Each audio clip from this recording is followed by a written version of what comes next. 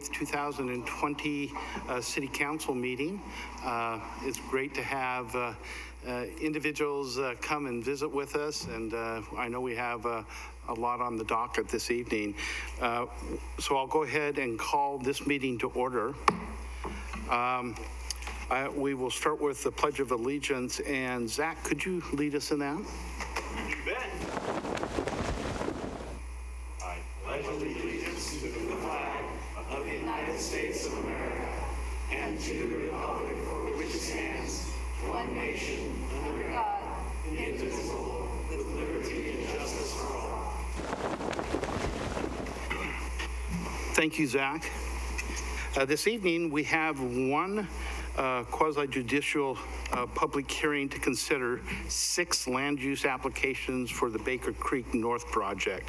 These land use decisions are represented by ordinances 5084, 5085, 5086, 5087, 5088, and 5089. At our meeting January 14th, 2020, the City Council conducted the consideration of the first reading of each of these ordinances and directed staff to schedule a public hearing.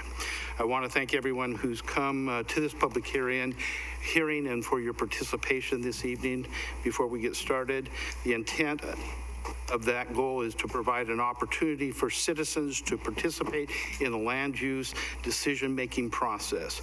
However, land use decisions are a legal decision impacting real property, and the City of McMinnville and the City of McMinnville Council are held to rigorous statutory and local regulations about how to make land use decisions so the decisions in the process are transparent and fair to all.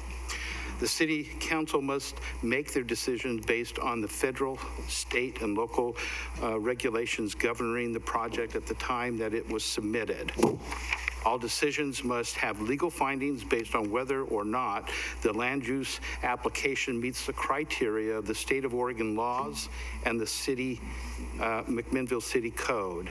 If the application does not meet the provisions of the comprehensive plan or this McMinnville City Code as presented, but could meet it with a condition of approval, then the City Council must provide that condition of approval and as an opportunity to meet the requirements of the code. All testimony in the hearing must be directed towards the criteria listed in the staff report or other criteria in the comprehensive plan or other land use regulations that the person testifying believes applies to the decision. These are the criteria the City Council must use in making its decision. The failure to raise an issue accompanied by statements or evidence sufficient to afford the City Council and the parties an opportunity to respond to the issue precludes approval or appeal to the Land Use Board of Appeals based on these issues. Failure of the applicant to raise constitutional or other issues relating to proposed conditions of approval with sufficient specificity to allow the City Council to respond to the issues precludes an action for damages in circuit court. The order of procedure for tonight's hearings are set out in detail on the board. In brief, we will start with a staff report. Next, the applicant will be asked to present their case. Everyone who supports the applicant will be given an opportunity to speak after the applicant is finished. Then questions from the counselors will be posed to the mayor to be addressed by the applicant and the supporters. Next, the opponents may speak. Then questions from the council may be posed to the mayor to address to the opponents. The application is then given time to respond. The applicant is then given time to respond to and or rebut any evidence presented. The applicant is allowed at least 7 more days to submit written arguments. The applicant may waive this right if he or she wants to. Once the City Council has allowed all the procedural rights, allowed all the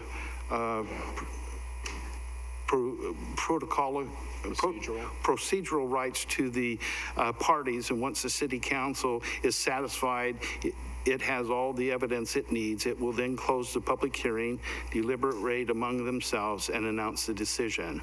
A final decision of the city council can be appealed to the Land Use Board of Appeals.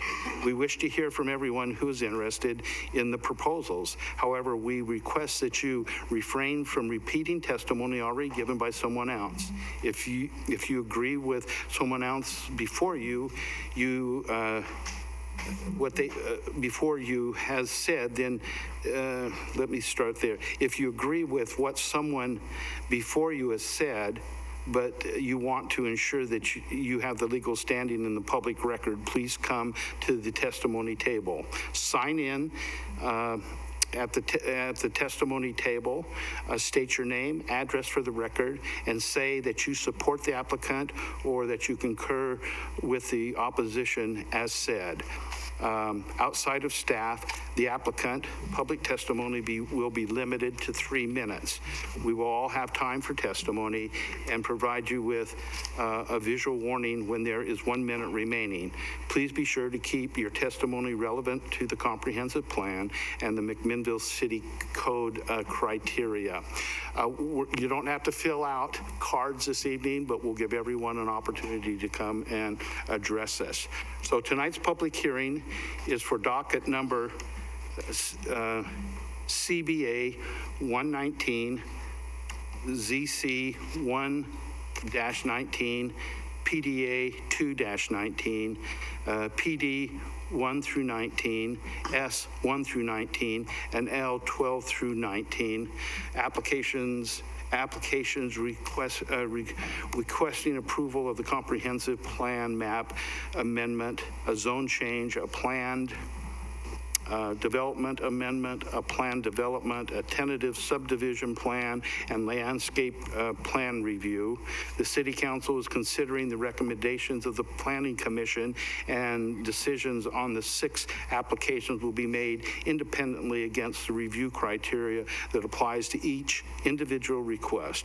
But all 6 applications will be reviewed concurrently in one public hearing because they relate to the same property. Applications CPA 1 through 19 is requesting a comprehensive plan map amendment for commercial to residential. Applications ZC 1 through 19 is requesting approval of a zone change to a mix of C3 general commercial and R4 multiple family residential. Applications PDA 2 through 19 is requesting a plan development amendment to reduce the size of the existing overlay district and amend the conditions of approval. Applications PD 1 through 19 is requesting approval of a new plan development to allow for the development of 280 single-family detached dwelling units, public right-of-way improvements, and open spaces on the proposed R4, the multiple family residential land, with modifications for the underlying zoning requirements. Applications S1 through 19 is requesting approval of a 10-phase subdivision consistent with the proposed plan development plan. The application L 12 through 19 is requesting approval of the landscaping of proposed open space tracts within the subdivision phases and a street tree plan for planting of street trees within the subdivision. The subject site is generally located northwest of the intersections of Baker Creek Road and Hill Road. The entire site is currently undeveloped.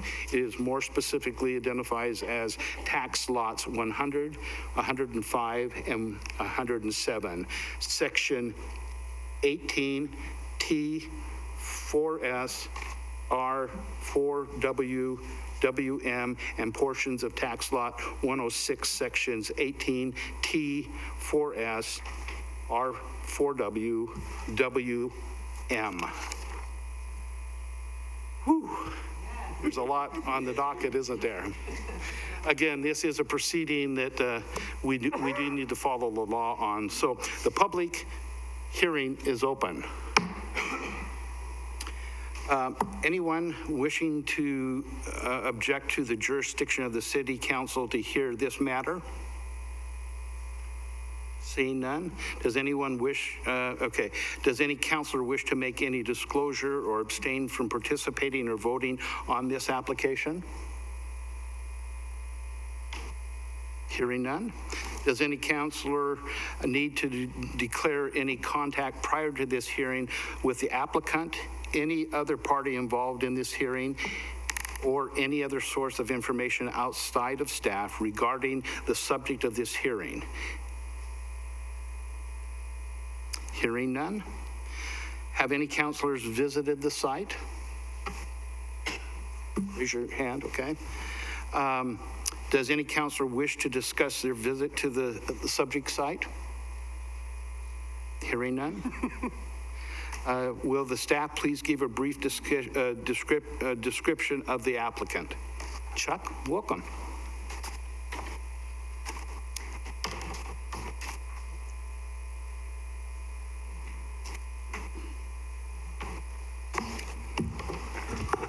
Thank you, Mr. Mayor and councilors. So as the mayor described, this is the request for 6 land use applications for what's referred to as the Baker Creek North project. This is the site location. It's located northeast of the intersection of Hill Road and Baker Creek Road. The specific requests are a comprehensive plan map amendment, resulting in the reduction of an existing commercial designation to a size of 6.62 acres, with the difference being designated as residential. A zone change from a mix of R1 and remnant county zoning to a mix of C3 general commercial and R4 multiple family residential. A plan development amendment to amend an existing plan development overlay district, reducing the size to be consistent with the C3 general commercial zone, and amending the existing conditions of approval to allow up to 120 multiple family dwelling units and a minimum of 2 acres of neighborhood commercial uses on the site. The next application is a new plan development overlay district that would apply to the R4 zone land that would allow for 280 single-family detached dwelling units with some requested modifications from zoning requirements related to lot size, setbacks, lot dimensions, and a few other items. Following that, a tentative subdivision plan, an application was submitted that's consistent with the plan development plan that was proposed that would allow for the platting of those 280 single-family detached dwelling units. And finally, a landscape plan that would provide for landscaping in the open space tracts and for a street tree plan within the subdivisions.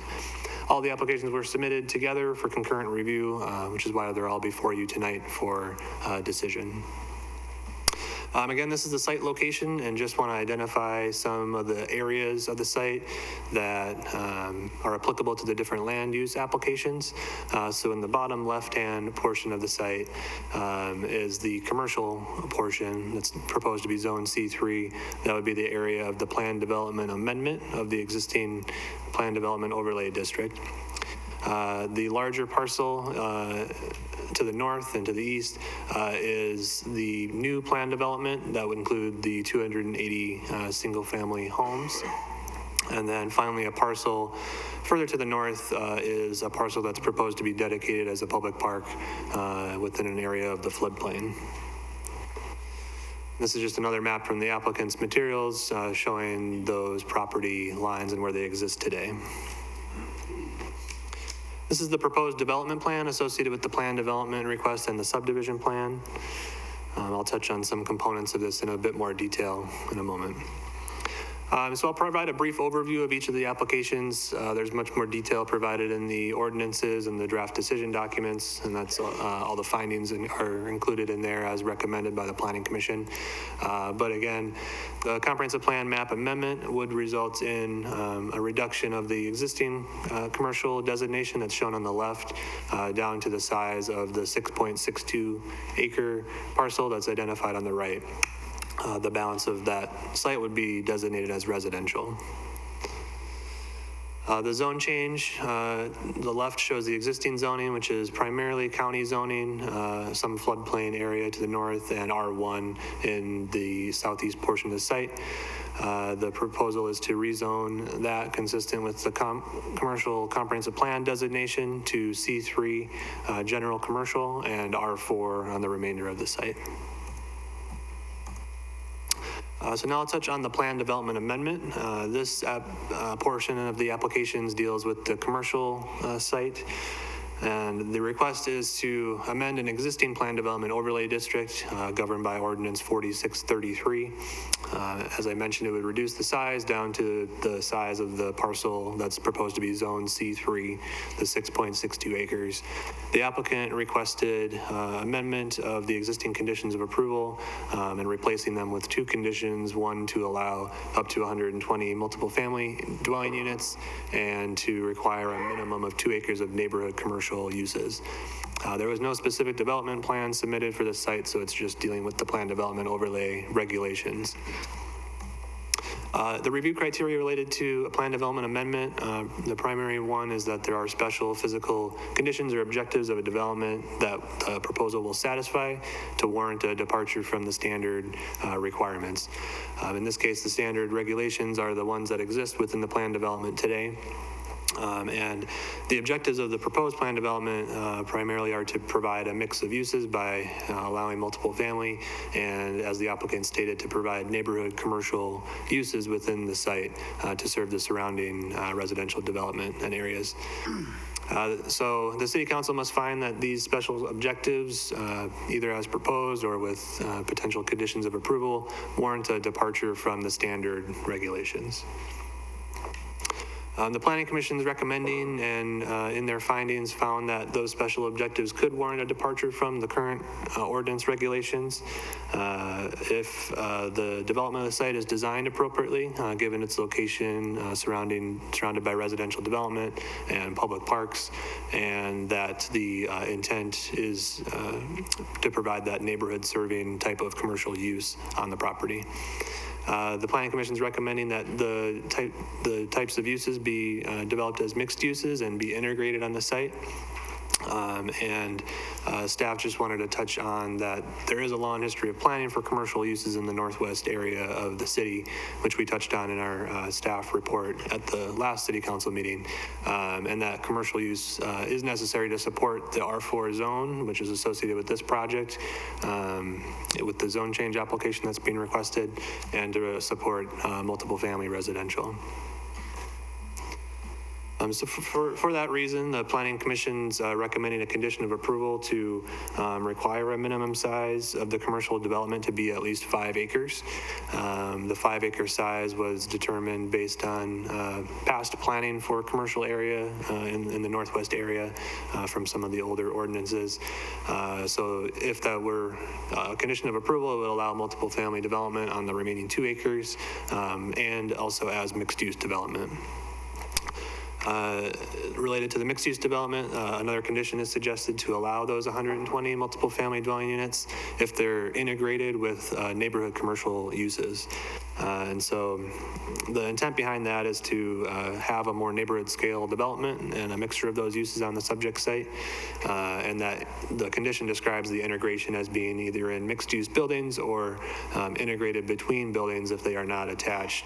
And if the applicant wanted to choose that path, that integration between buildings would need to be reviewed and approved by the Planning Commission when they submit detailed development plans for the site. There's also language emphasizing walking distance and pedestrian connections within that integrated design. A couple of other conditions that are related to the commercial portion of the development are related to the use. So the applicant did suggest that neighborhood commercial uses be provided on the site, but those weren't defined any further. So a condition is included to allow for all uses that are permitted in the C1 zone, which is our neighborhood business zone. and also allow restaurants, limiting the size of commercial uses except for grocery stores, and then allowing some flexibility for the Planning Commission to review any other use that's proposed when those detailed development plans are submitted for review. And the Planning Commission would have the ability to determine if that particular use is consistent with neighborhood serving commercial. Finally, another condition of approval is recommended to require that those detailed development plans be reviewed and approved by the Planning Commission. This condition exists today in the Plan Development Overlay District, so it's proposed to be retained with some other elements added to it to allow for that integration to occur and for the neighborhood commercial scale and type of development to occur, and avoid some of the strip development that our comprehensive plan does not support.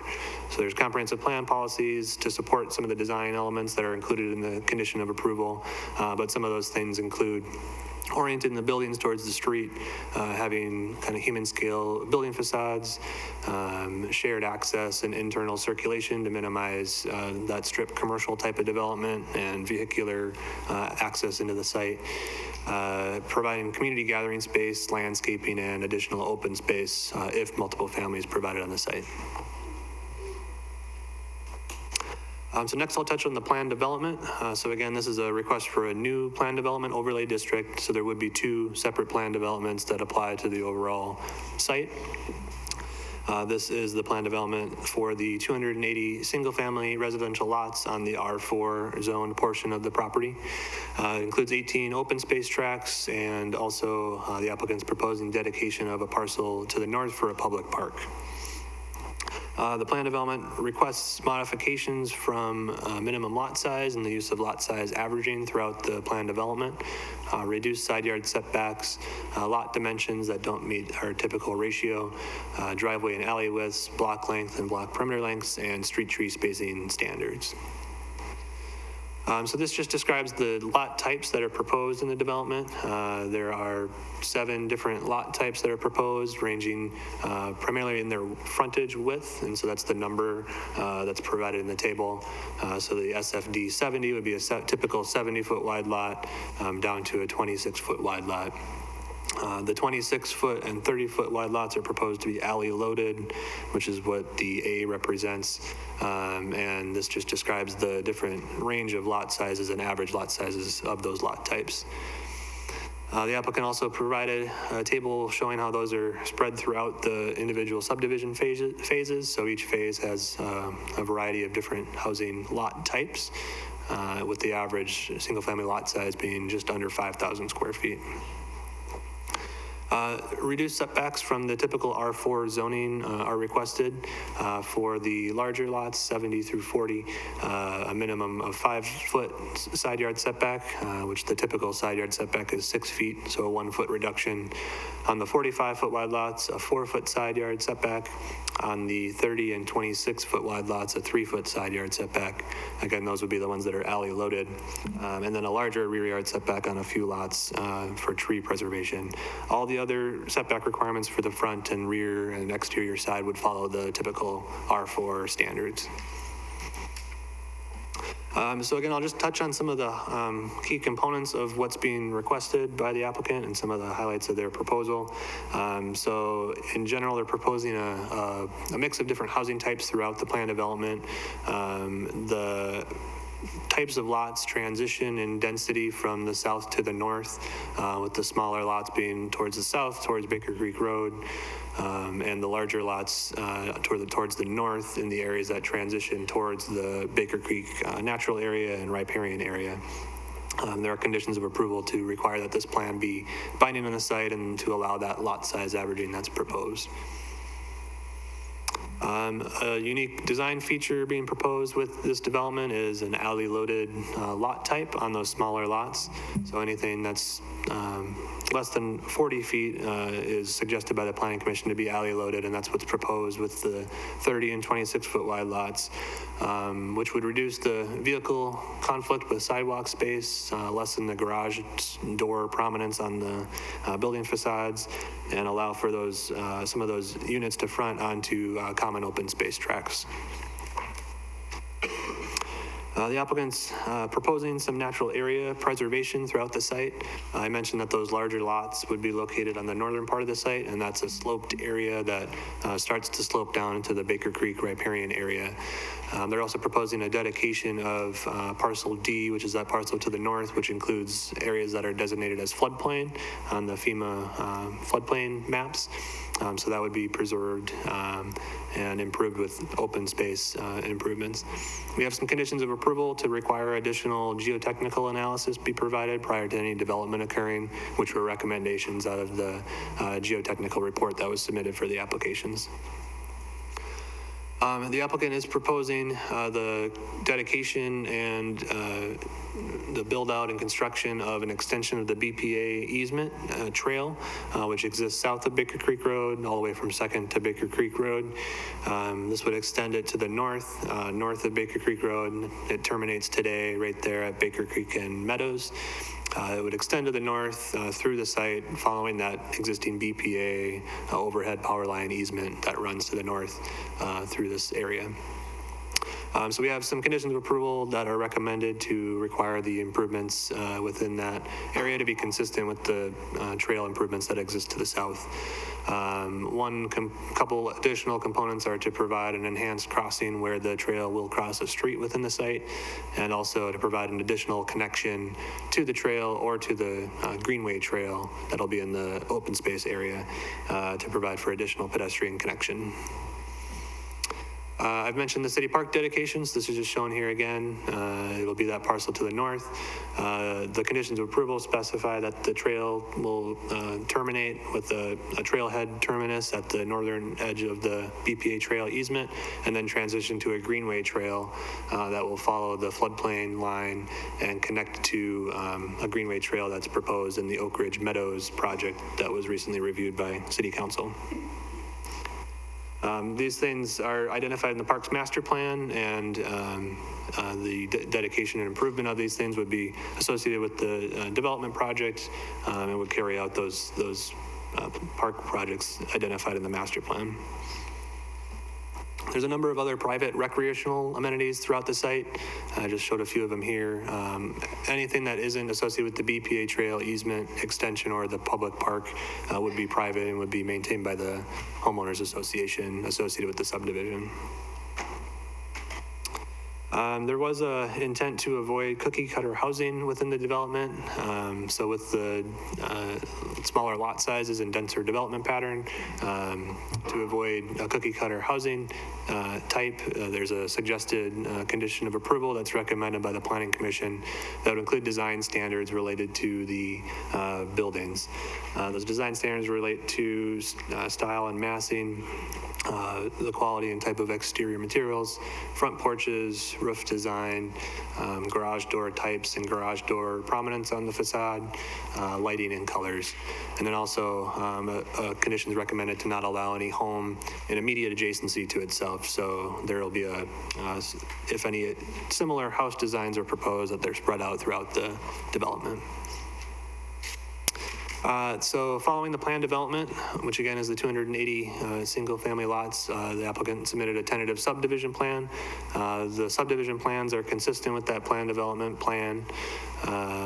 One thing to note with the subdivision is it's proposed in 10 phases, and so there's a condition of approval to allow for the phasing as proposed and to set some time frames on the build out of those phases as suggested by the applicant. The first phase would expire 2 years from the date of approval. So January 2022, the applicant would have to submit their first plat prior to that date, and then each subsequent phase would expire 5 years from the date of the approval. Finally, a landscape plan was submitted for review to show the open space tract and street tree planting within the subdivision. The request includes removal of trees where right-of-way improvements are proposed, a street tree plan for all the proposed new public rights-of-way, and landscaping in the open space tracts. You can see the design generally that's shown here. I won't go through detail on it, but there's more detail provided in the decision document in your staff report. So there are some conditions of approval related to tree species, allowing some variation in the spacing of street trees from our standards, identifying some locations for additional trees, requiring some revisions to species to be more appropriate for the BPA trail area and setbacks from utilities, and then requiring submittal of revised landscape plan that achieves all of those things. So I just want to touch on some of the comments and testimony and questions that we got were related to the Great Neighborhood Principles. These things are not applicable to this application because the application was submitted prior to them being approved and becoming effective within the city's comprehensive plan. But staff just wanted to note that a number of them, the plans that were submitted include components of a number of the Great Neighborhood Principles related to natural feature preservation with the floodplain being preserved, some of the parks and open spaces that are being provided, the bike and pedestrian connections. There's a transition in the density, as I mentioned, from the denser lots to the less dense lots that provide some of that urban to rural transition, and some of the lot types that are proposed will result in a range of lots in size, will result in a range of price points for the different types of lots, which will provide for some diversity in housing income range. And also some of the conditions and descriptions of the product will result in some housing variety as well. A couple of new items of information were included in your staff report that were discussed at the previous council meeting. Staff just wanted to provide a little bit more detail to those questions.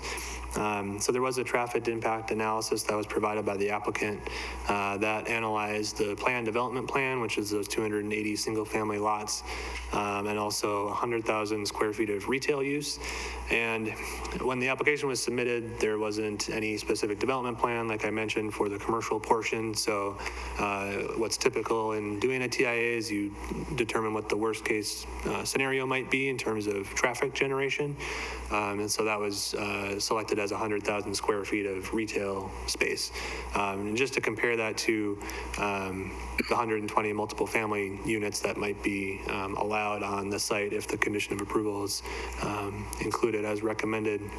The difference is 3,700 to about 650 in average daily trips between those uses. Now there will be potentially some component of mixed use development on that commercial site, like I mentioned. So because there will be both some retail and multiple family, I just want to mention that there is a condition of approval on the plan development amendment that will require an updated TIA prior to any detailed development plan being submitted for review to ensure that whatever is proposed with the mix of retail and multiple family uses it can be accommodated by the surrounding street network. So the traffic study that was submitted analyzed intersections in closer proximity to the site at Meadows and Shadden, and then also at Michael Book Lane. The intersections do meet the volume to capacity ratio that's identified in our transportation system plan, except for Michael Book and Baker Creek Road without a signal. The applicant did include in their analysis if a signal was provided at Michael Book and Baker Creek Road, and that analysis showed that if that improvement occurred, that the traffic would meet the volume to capacity ratio. And so just to point out our transportation system plan, which is the guiding document for transportation improvements and modeling within the city. The TSP, as it's referred to, modeled growth of the city and determined improvements that would be required to accommodate a future build out and growth of the city of McMinnville's urban growth boundary. It does identify improvements in the area around this site. So complete street upgrades on Baker Creek Road. A portion of that was added recently with the center turn lane. The intersections at Hill Road and Baker Creek and Hill and Wallace, those were recently completed with the roundabouts, and this identifies the traffic signal that I just mentioned in my previous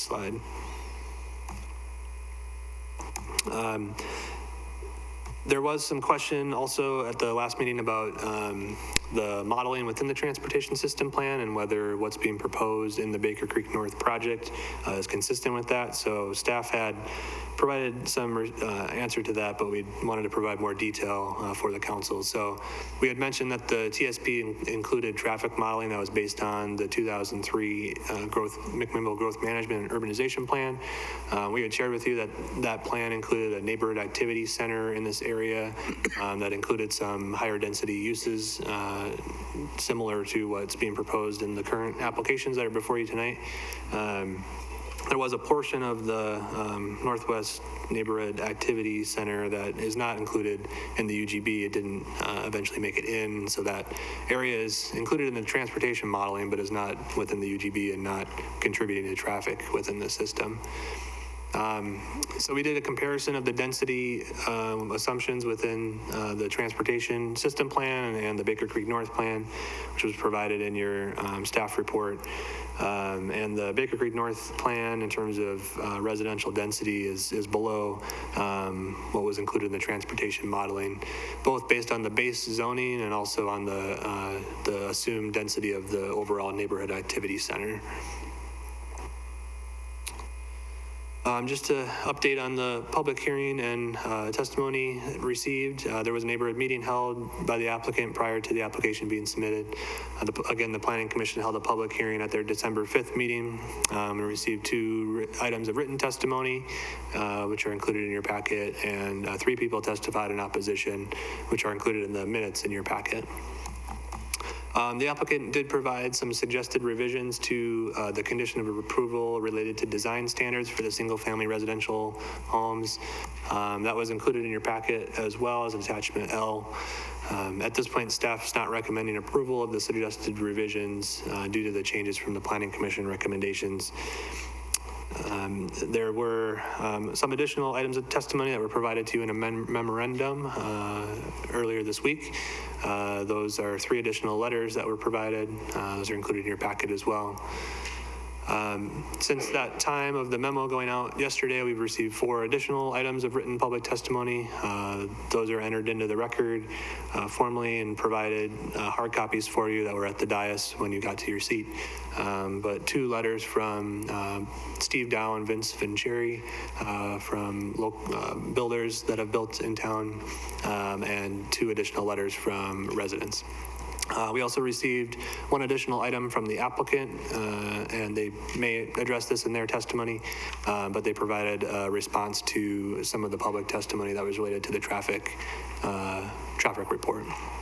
So all those items are provided for you in hard copy and entered into the record.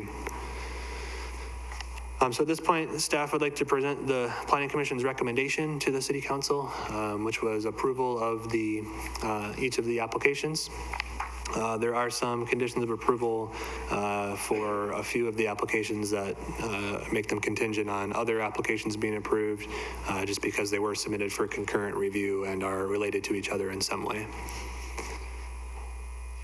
The council's options tonight are to complete and close the public hearing, deliberate and take action on each of the 6 ordinances individually.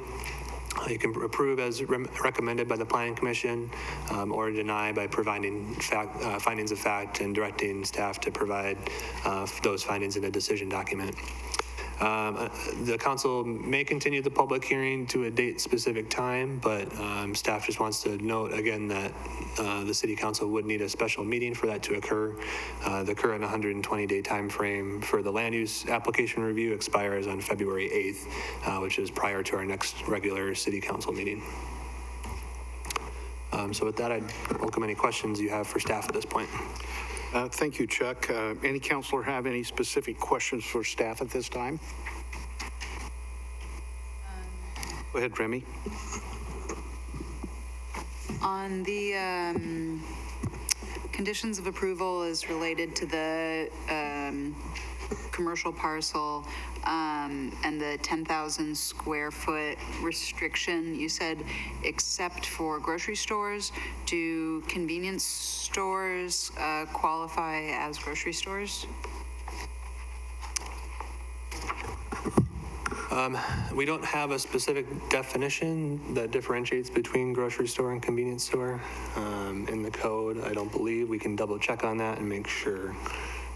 Heather's looking up our definitions right now. Okay, and then the sign ordinance, how does that apply in this commercial zone? Would there be size limits? Would neon be allowed? Could you also address the sign ordinance? Yes. So we did in the conditions of approval, I didn't touch on it in my presentation, but on page 22 of the staff report where the conditions of approval for PDA 2-19 are,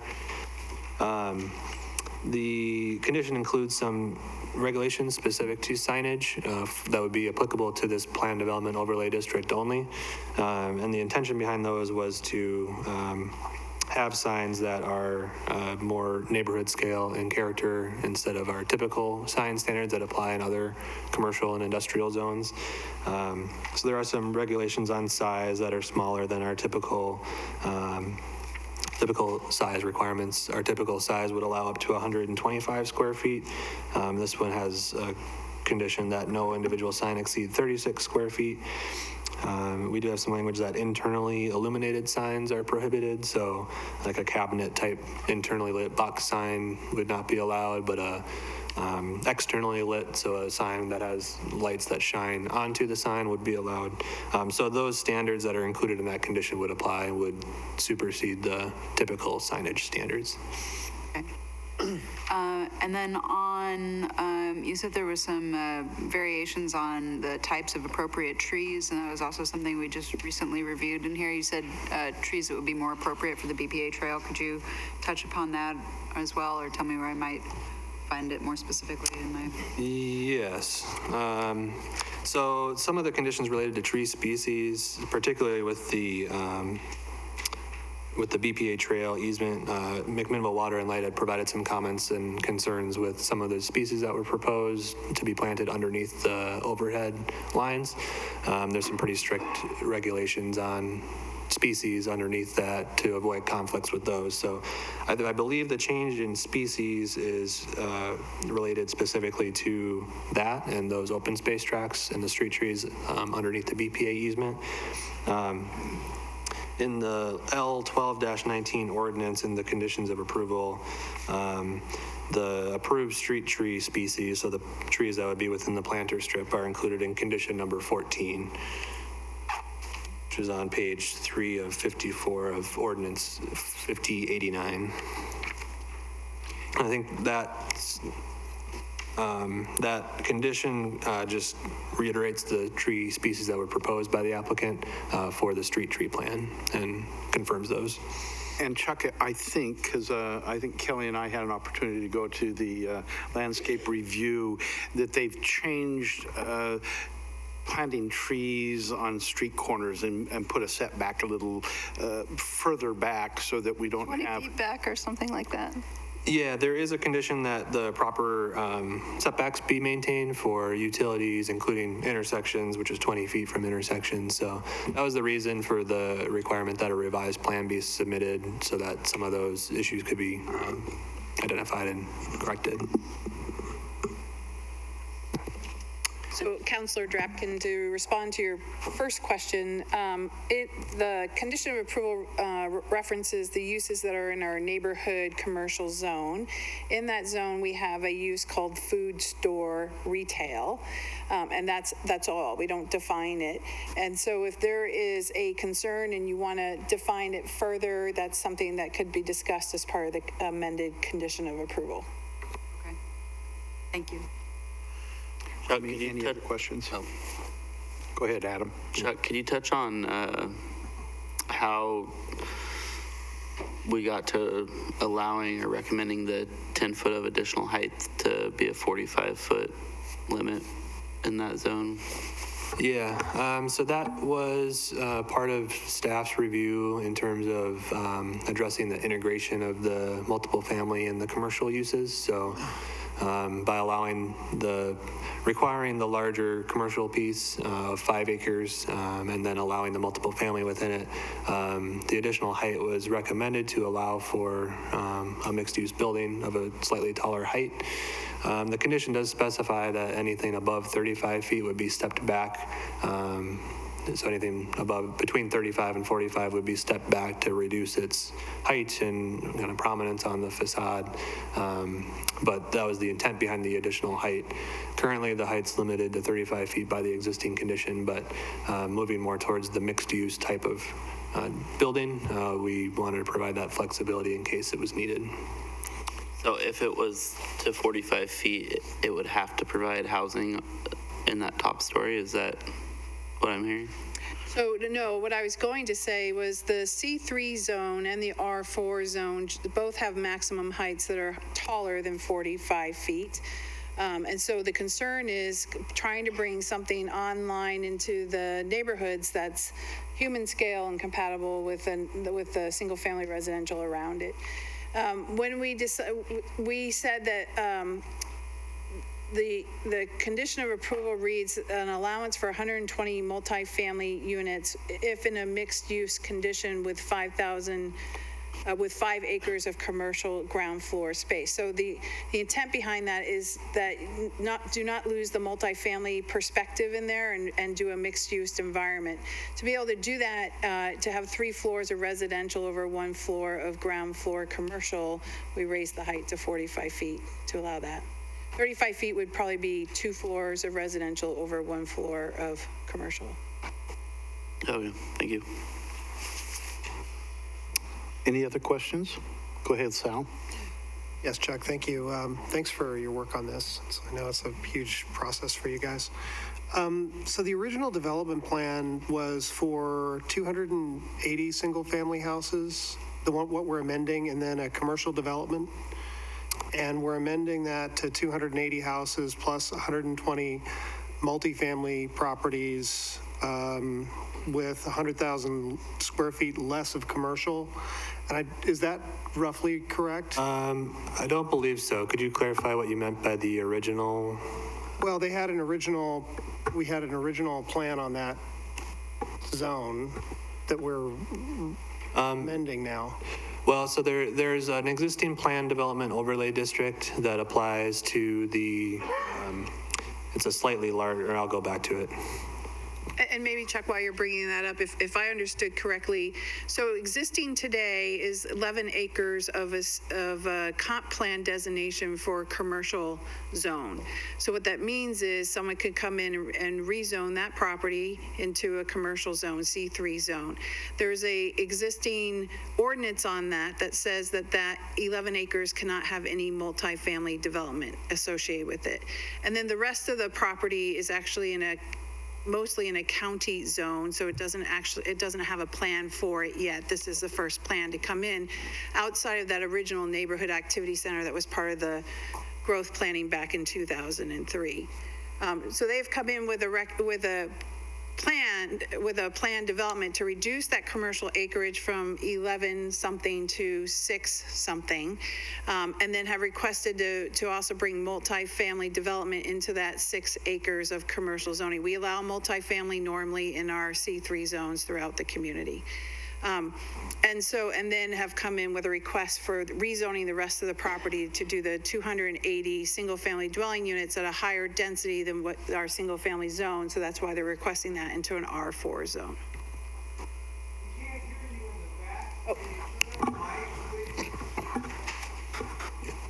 Do you want me to repeat that?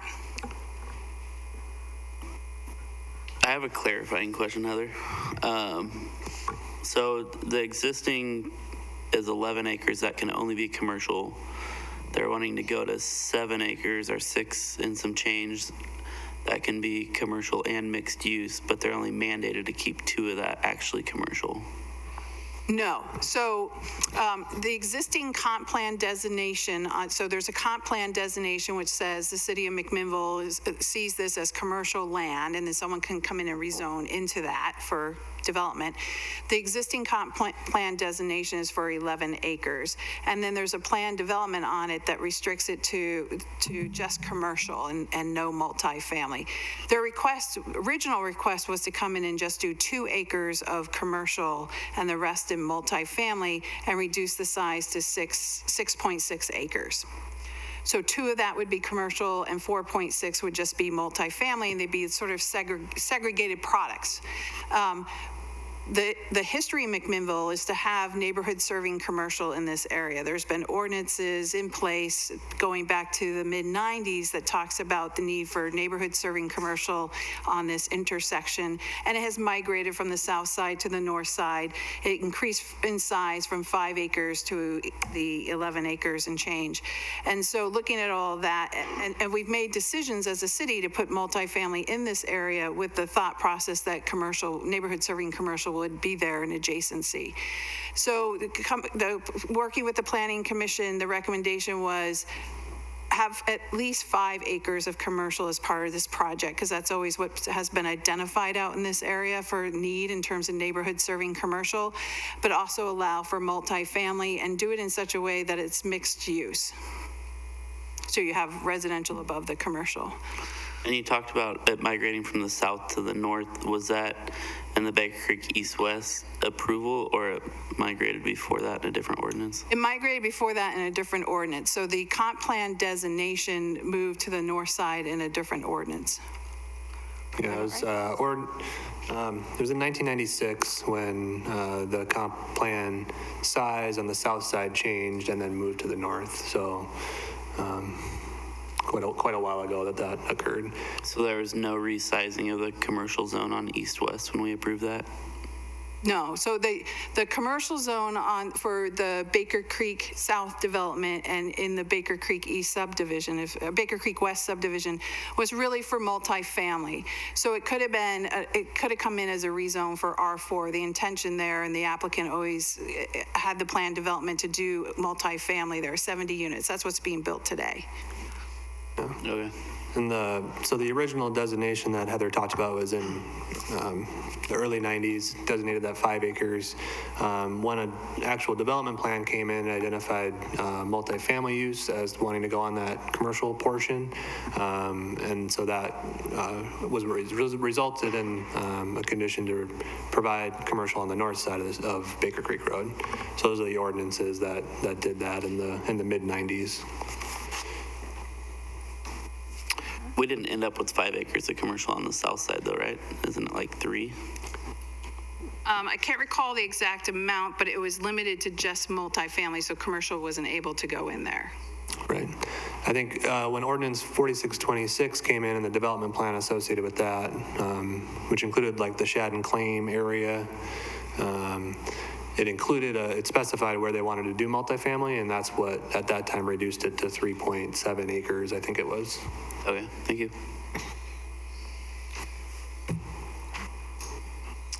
Other questions? Well, my question was really trying to lead up to a question about the traffic impacts. So we're bringing in a bunch of new single-family residential.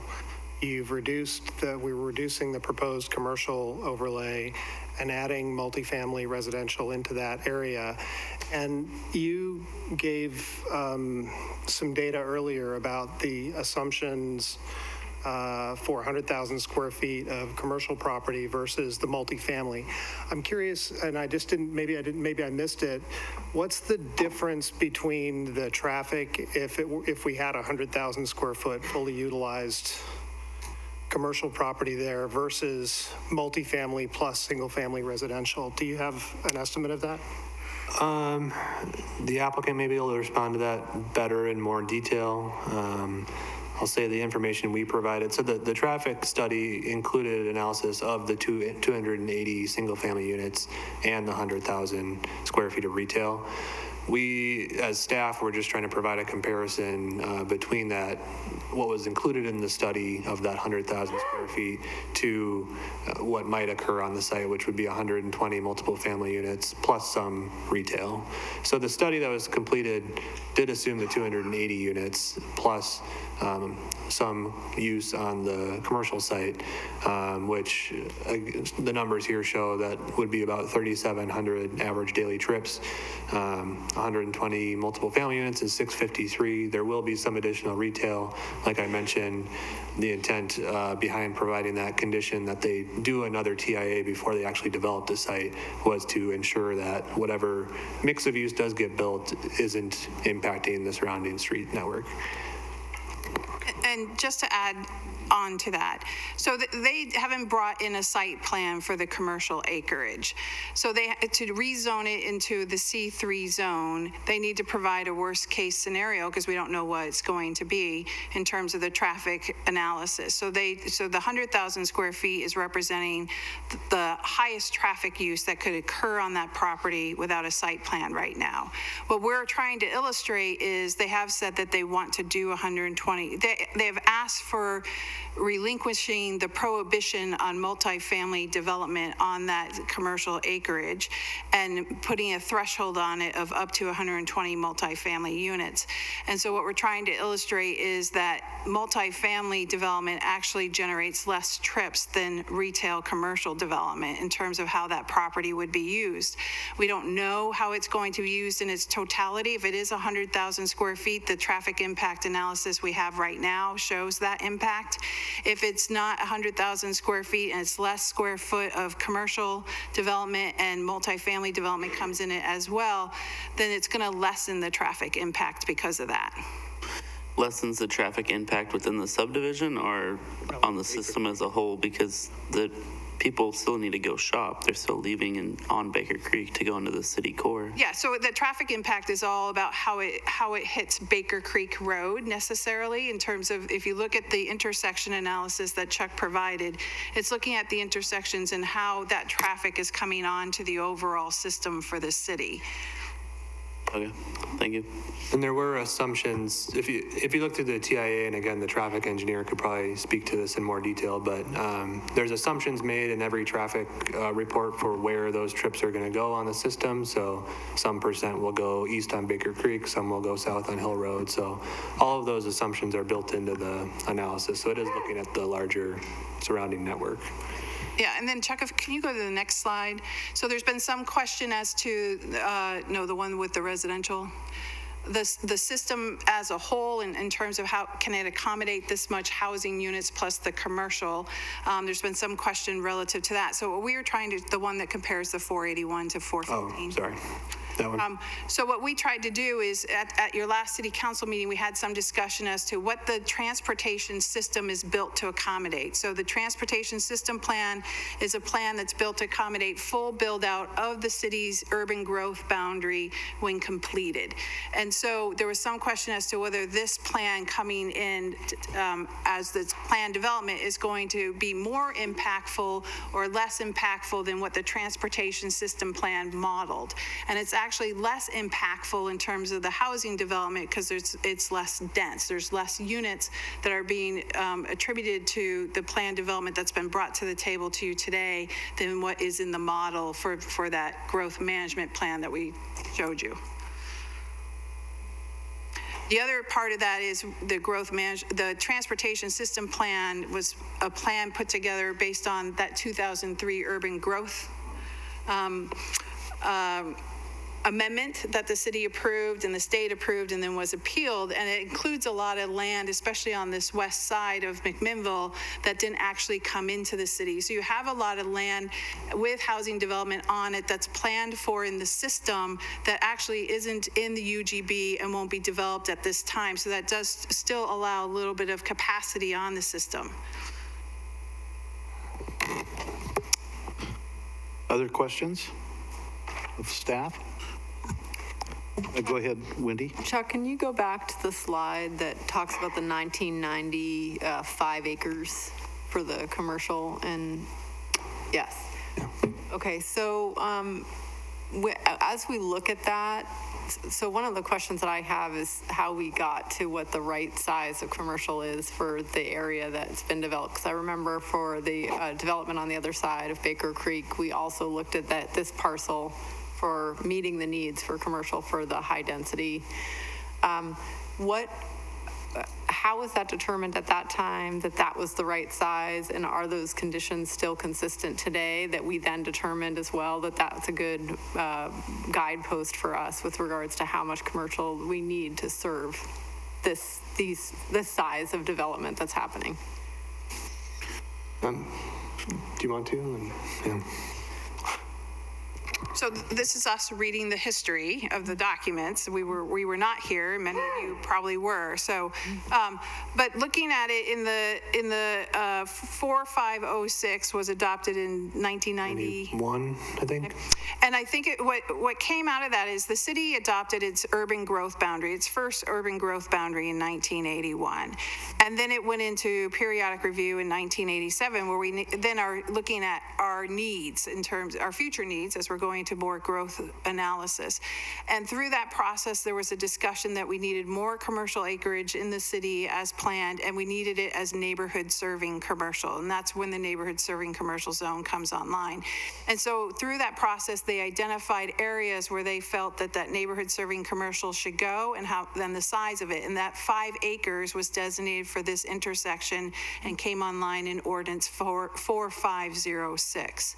And so through that, we went back through the history when looking at the current condition, which is 11.3 acres of commercial in a comp plan designation, and then the request of the applicant to go down to 2 acres, we went back through the history of the growth planning in McMinnville to make sure that we were honoring what's been discussed in the past in terms of need. And remember, the urban growth boundary has not changed in this area.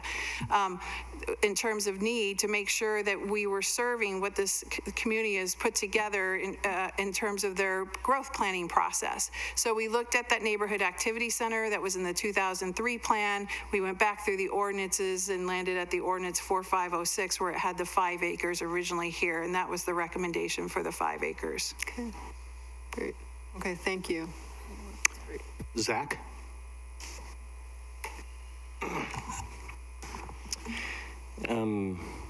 Let's see, what hasn't already been asked?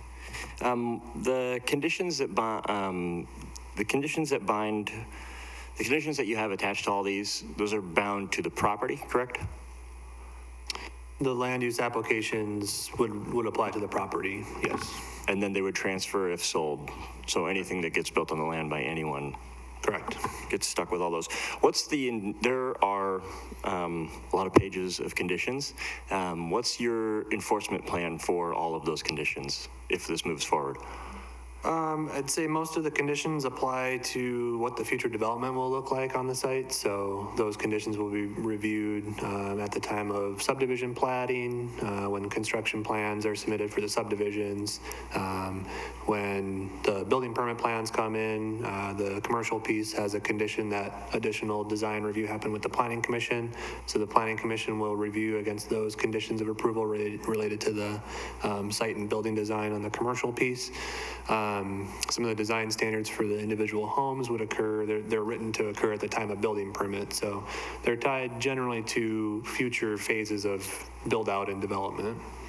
So the turn a building permit for parcel 121 or whatever, right? And a set of plans shows the house, that everything on that house has to go through this checklist of design standards, and the building official, when he intakes it, is going to review and look at, oh, this parcel 121 in Baker Creek North. Okay, I got to get out the conditions of approval and got to make sure that the driveway is this, the thing is that, the thing is this. He's going to do that?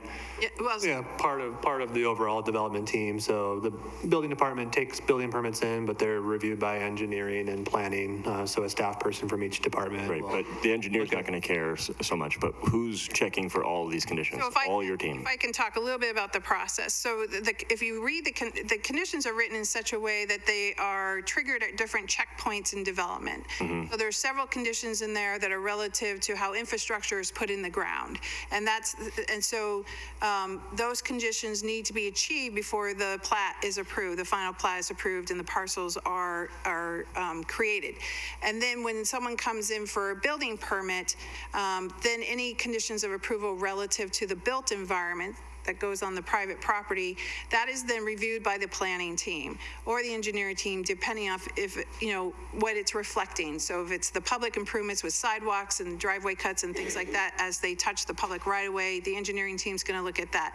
If it's planning improvements in terms of the conditions of approval related to the design and development standards or the street trees and the landscaping, the planning team reviews that and everyone comments on it, and the permit is not released. So nobody can build on that property until those are achieved in the plan documents. And then we don't release the final certificate of occupancy until everything is built to the way the condition states that it should be built and as it was approved as a condition. And the inspectors out in the field will ensure that it is actually built in the built environment correctly. So our planning staff goes out and inspects for the planning provisions. So each team that has its own respective expertise is reviewing the conditions and making sure the project is meeting those, and also inspecting them to make sure it was built to that condition as well. So every house that before they go for final, will have a planner go and then final inspect each house for what was in this document right here. Yep. Okay. And capacity and cost recovery on specifically condition 20, what's the matrix look like on that? So that's a great question, and because we don't have site and design review as an official process at the city, we are not in cost recovery for that. So the discussion we had when we put together the fee schedule, that if that is a value system for the city, we should be moving forward with site and design review standards for residential development that's in our development code that applies to everybody, because that's when we can put that sort of fair and transparent fee across the system. Right now, it does not exist. We do work on efficiency, so we're not random.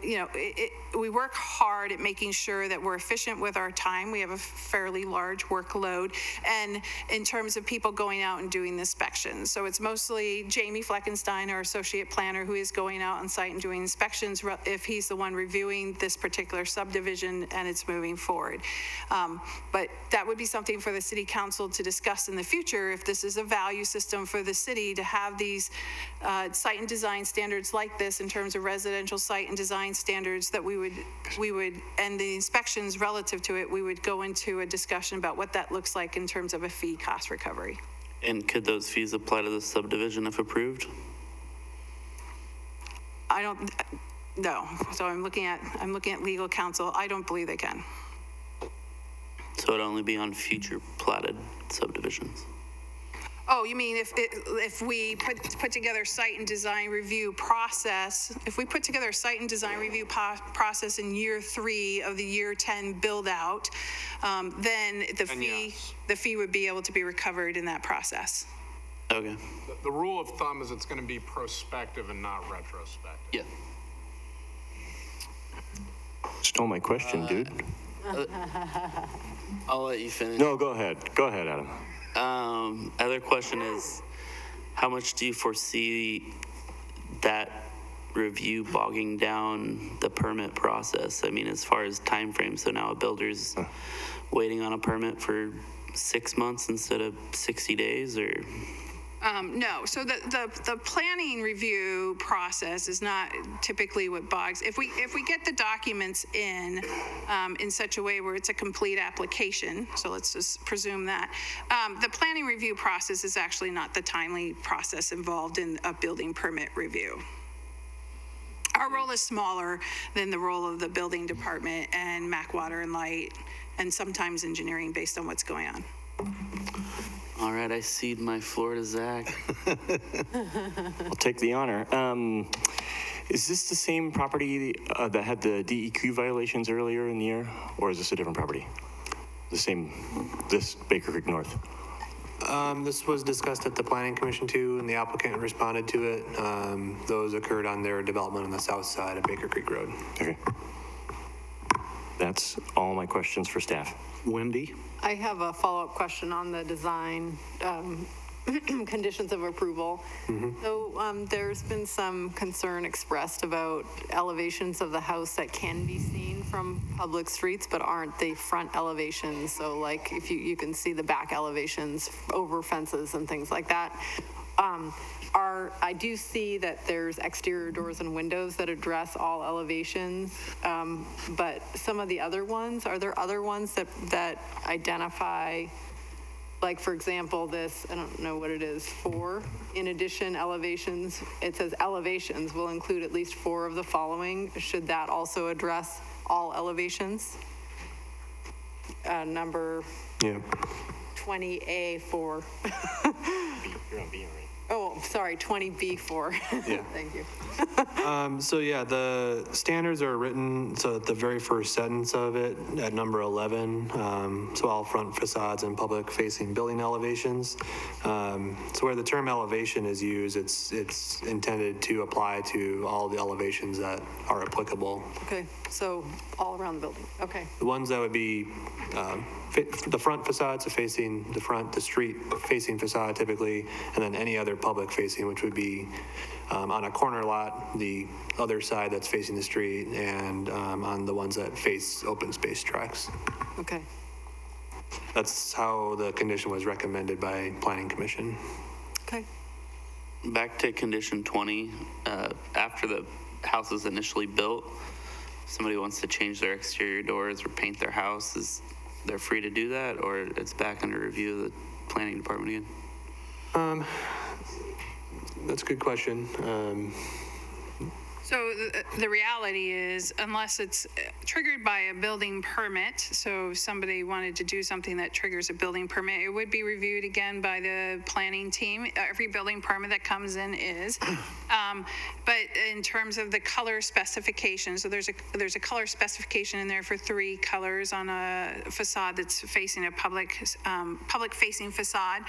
That would be a complaint basis that would go into code enforcement. Okay. Okay. Other questions, Wendy? One more. Can you talk a little bit more about the Michael Book, Baker Creek interchange that didn't pass? I know you talked about how in the transportation plan, there's plans to put a light there. Is there something in here that says that it can't go over a certain number before that happens? Or, what happens if the timing is off on that? There currently isn't anything related to capping that associated with the transportation improvements at Michael Book and Baker Creek. And that would be a city build out if we did traffic control there because it's not a state road. That's correct. I don't know, Mike, if you want to weigh in on that.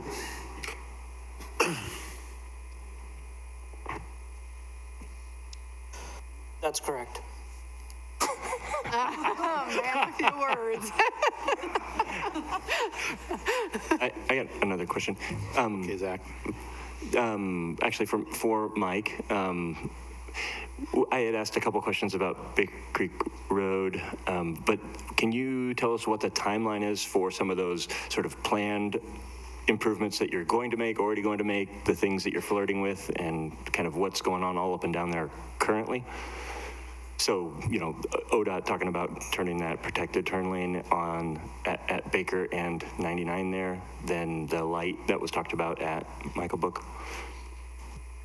So the transportation system plan, as Chuck pointed out, anticipates that there will be a need for a traffic signal at Michael Book and Baker Creek Road. It's currently not programmed into a capital plan that would identify a target installation date. Certainly, as the area develops and the homes come online and the traffic gets busier and the need for the signal becomes apparent, then we would program it into a capital plan using a combination of gas tax funds and system development charges to fund that improvement.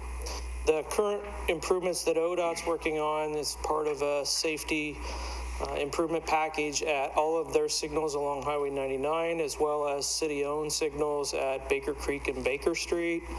They're also looking at left turn phasing at that signal for us as part of their project. We have a intergovernmental agreement with ODOT. They maintain the timing of all the city signals as well as maintain all the city signals for us, and we reimburse them for those costs. So when they came up with the scoping for their project, I asked that they include the city signal at Baker Street and Baker Creek Road. So I expect that probably in next calendar year, 2021, they'll be implementing a bunch of those improvements, which also include some safety improvements like reflectorized back plates for signals, tattletale lights that help law enforcement do enforcement at traffic signals and things like that. So it's not just left turn phasing they're doing at signals, they're making safety improvements at those intersections as well, updating pedestrian signal heads, things like that. So. What's the tattletale thing? What?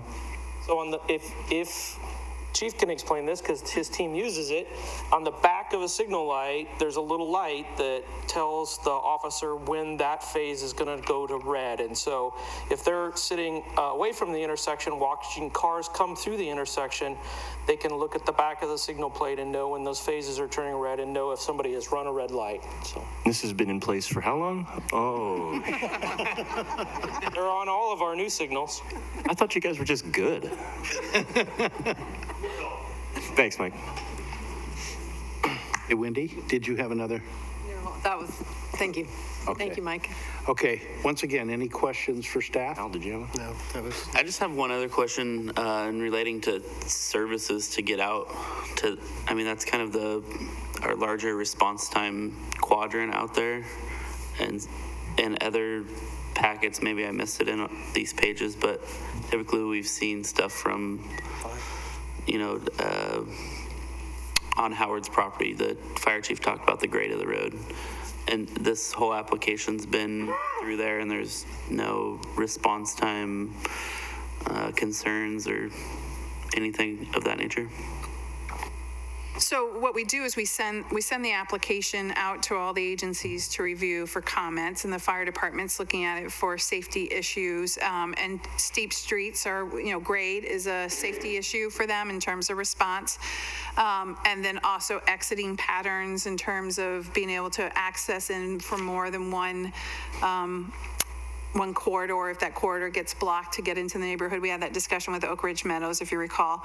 So for this one, I don't believe they provided any comments. The applicant's been working with the city team for almost 2.5 years. And so the fire marshal's been at the table for those discussions and sharing concerns as it was developed. And so the final development plan was not a concern for them. Okay, thank you. Okay, calling for any last questions? I'm good. Okay. Hearing none. Chuck, thank you for the presentation. Thank you, Heather.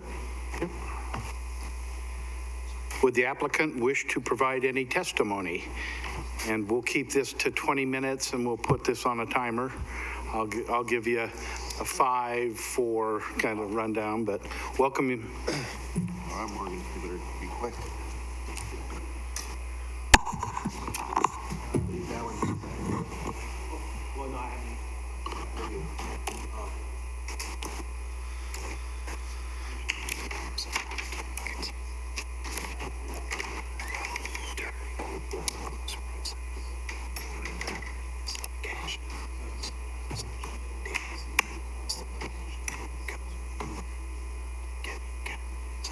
You got that, Morgan? What's going on?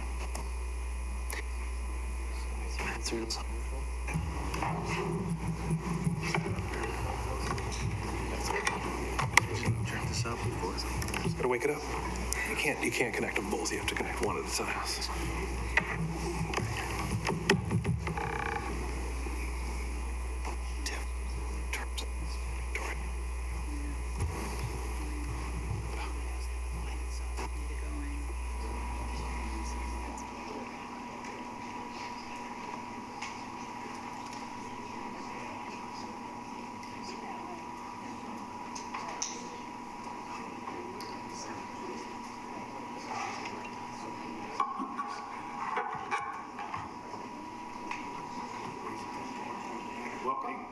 Thank you. Good morning. Good evening. My name is Gordon Root. I'm with Stafford Development Company. I'm also the manager of Gales Creek Development, Baker Creek Development, which owns the property. So when I come before you tonight, it's always very interesting to approach a city with this size and scale of a development, and we understand that definitely at times may rattle folks. So we'll go through this and show what we're trying to do and where and what we're accomplishing. Is this what's getting here? Okay, so we're going to talk very quickly about our team, site orientation, we've already gone through, summary of the applications and questions. Development team, Stafford Development Company is us. We have West Tech Engineering, Baker Surveying, Geo-Pacific Engineering, Cascadia Planning Development, Planning and Land Design, Environmental Site Assessments, and Rapid Soil Solutions. So why do I go through all that? Because we've been working with staff for 2.5 years to bring this to you tonight, and it is a lot of work. We have analyzed, reanalyzed, assessed everything from initial market assessments to everything that we possibly can do. With Stafford Development, myself and my partner Rick Wabel are the principals. Morgan Will right here is our project manager for this. Brian Cavanis sitting behind me over here is our general counsel. We are a local developer, and we work in a lot of rural communities in the northern Willamette Valley, such as McMinnville, Forest Grove, Dundee, Tigard, Woodburn, Mount Angel, Dallas, Sandy, Canby, and Molalla. So we're used to working in small jurisdictions in the Willamette Valley, and we understand that when some of the new land use planning and design comes to a community, it's rather shocking at times. Our focus is an innovative approach to community development, and we bring all the principles that you've seen already today to the table to bear. And it has a lot of expertise in order to really assess how can we really provide that diversity of housing? How can we provide the workforce housing within the community, which the community so much needs, as well as the diversity all the way up to someone who is in some sort of management at local business. I would say it's the ABCs of housing. It's attainability, balance, and choice is what we strive toward. We have to provide housing and a wide range of housing for multiple different people who want to live in McMinnville, either as existing residents who want to move within the community, children of those existing residents, or people who want to move in from outside. So we have the diversity of housing types and lot sizes, and this is able to provide for that range of homes. And we sell, as Stafford Development Company, 100% of our lots. And yes, we have another company, Stafford Homes, which builds some of the lots, but the majority of the lots we develop, we do sell, and you've been able to see that. We take our investment in the community seriously, and when I was here, I think in 2017, talking about Baker Creek South, they said, we're here as a long-term player. All right, we've already been in this. We bought that property probably 2 years prior to even coming in with Baker Creek South. And I will tell you that we kind of hit the nail on the head, and that is really, really the telltale of that is the amount of absorption you have and who buys what housing and when and how fast. So we're here for the long term, and Baker Creek North alone is over $100 million in new housing into this community, excluding the commercial part. And yeah, we've won a lot of development awards, and that's neither here nor there. So we've seen all this, site orientation. I'm not going to spend too much time on that, but I do want to talk a little bit about Baker Creek South. Because people said, well, what happened there? So if you look on the far right of your screen, which is the eastern part of what we call Baker Creek East, we have the 70, 65, and 60-foot wide lots over there. And in Baker Creek West, there's 125 with the zebra stripe. We've changed those zebra stripes because they were 32 and 40-foot wide lots. Baker Creek North doesn't have any of the 32-foot wide lots that are as these were. They're more of an alley-loaded product, not a front-loaded product, and the code has changed in response to that. I understand and acknowledge that when our mandate is to provide workforce housing, and we do, some people may not like how it looks from the back. And we do address those considerations and concerns. And I will tell you, the families that are inside those homes in Baker Creek West that LGI Homes is building, they really enjoy the opportunity to be a homeowner. And if you drive out there, there's more kids in the street, and that new park that the city put in is one of the most used parks in the city. It's wonderful. So more than that, we do have multifamily, and it's 278 units. We will pull our last permit in March. That's how fast that this community has absorbed this amount of housing. So we look in McMinnville, and there have been 141 residential one or two family dwelling permits pulled from January 2019 to January 2020. Of those, 117 or 83% of the permits were pulled in Baker Creek South. So when people in the local area are alarmed by the pace of the growth and how fast it's going, I think it's important to know is we're meeting a need, we're a reactive behavior, and it's not build it and they will come. We are building homes out there because people want to be here. They hear the radio advertising all the time about McMinnville's a wonderful place to be, come visit, come eat. They do come here, and it's much because of the community that you and staff has put together in the Planning Commission that makes McMinnville a place that people want to come, live, and stay. So McMinnville has a demonstrated need for additional housing units. You guys have gone through a housing needs analysis.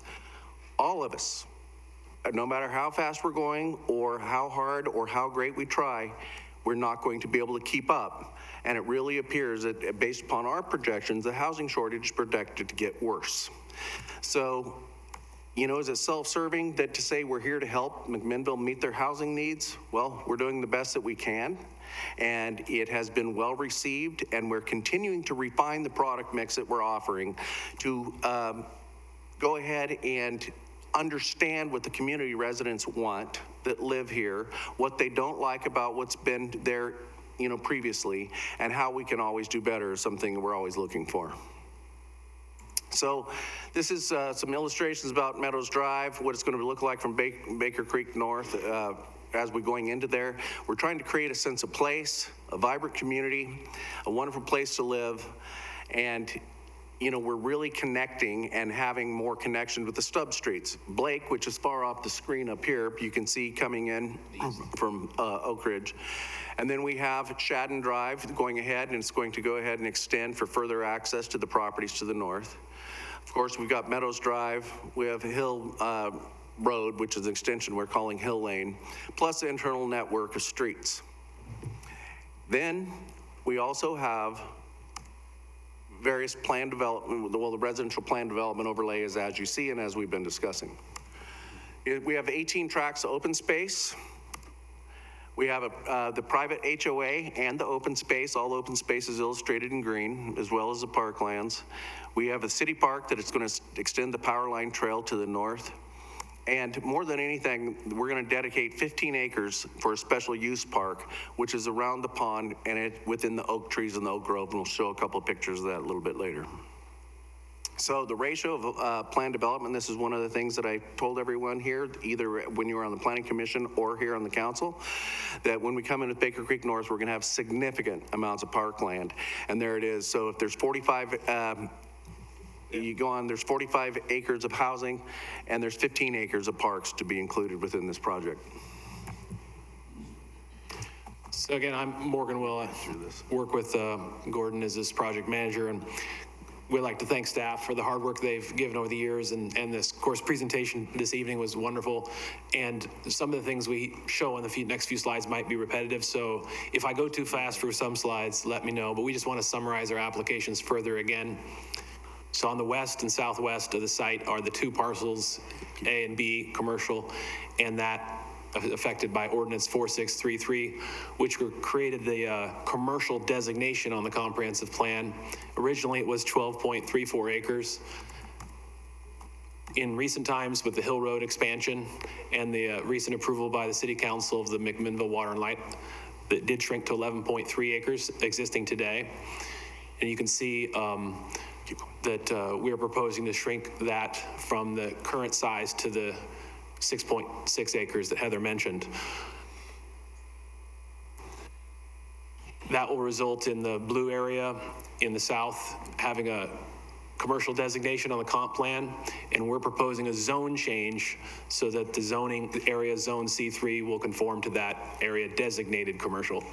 The remaining area to the north, which would be designated residential with the comp plan amendment, and the remaining area that is already designated residential, we're proposing a uniform R4 zone throughout. one of our goals was to provide a sense of uniformity and understanding of the overall picture by presenting all these applications concurrently. And one of the key things is that even though we don't have a development plan for the commercial property presented in detailed form, as the staff said, a future development plan will come back to the Planning Commission for that. If that area is going to get a zoning of commercial use, because it currently has no zoning, and the rest of the area is going to be designated residential, we wanted our traffic study to show the worst case scenario. And as the city's staff said, in terms of residential uses, the Baker Creek North plan, as a quote from the recent staff report update, is not an increase in resident density from what was assumed in the TSP. I think the staff touched on that greatly. We're proposing 280 dwelling units at this time. Right, they anticipate 415, 481, depending how you interpret their slide. We're definitely a lot fewer. We estimate a number here of fewer trips. The plan also included commercial use for the TSP. That's why we looked at the worst case scenario. If that commercial use was a full 10 acres, to help understand the numbers, I'm gonna be a little slower on this slide because there were some questions about this.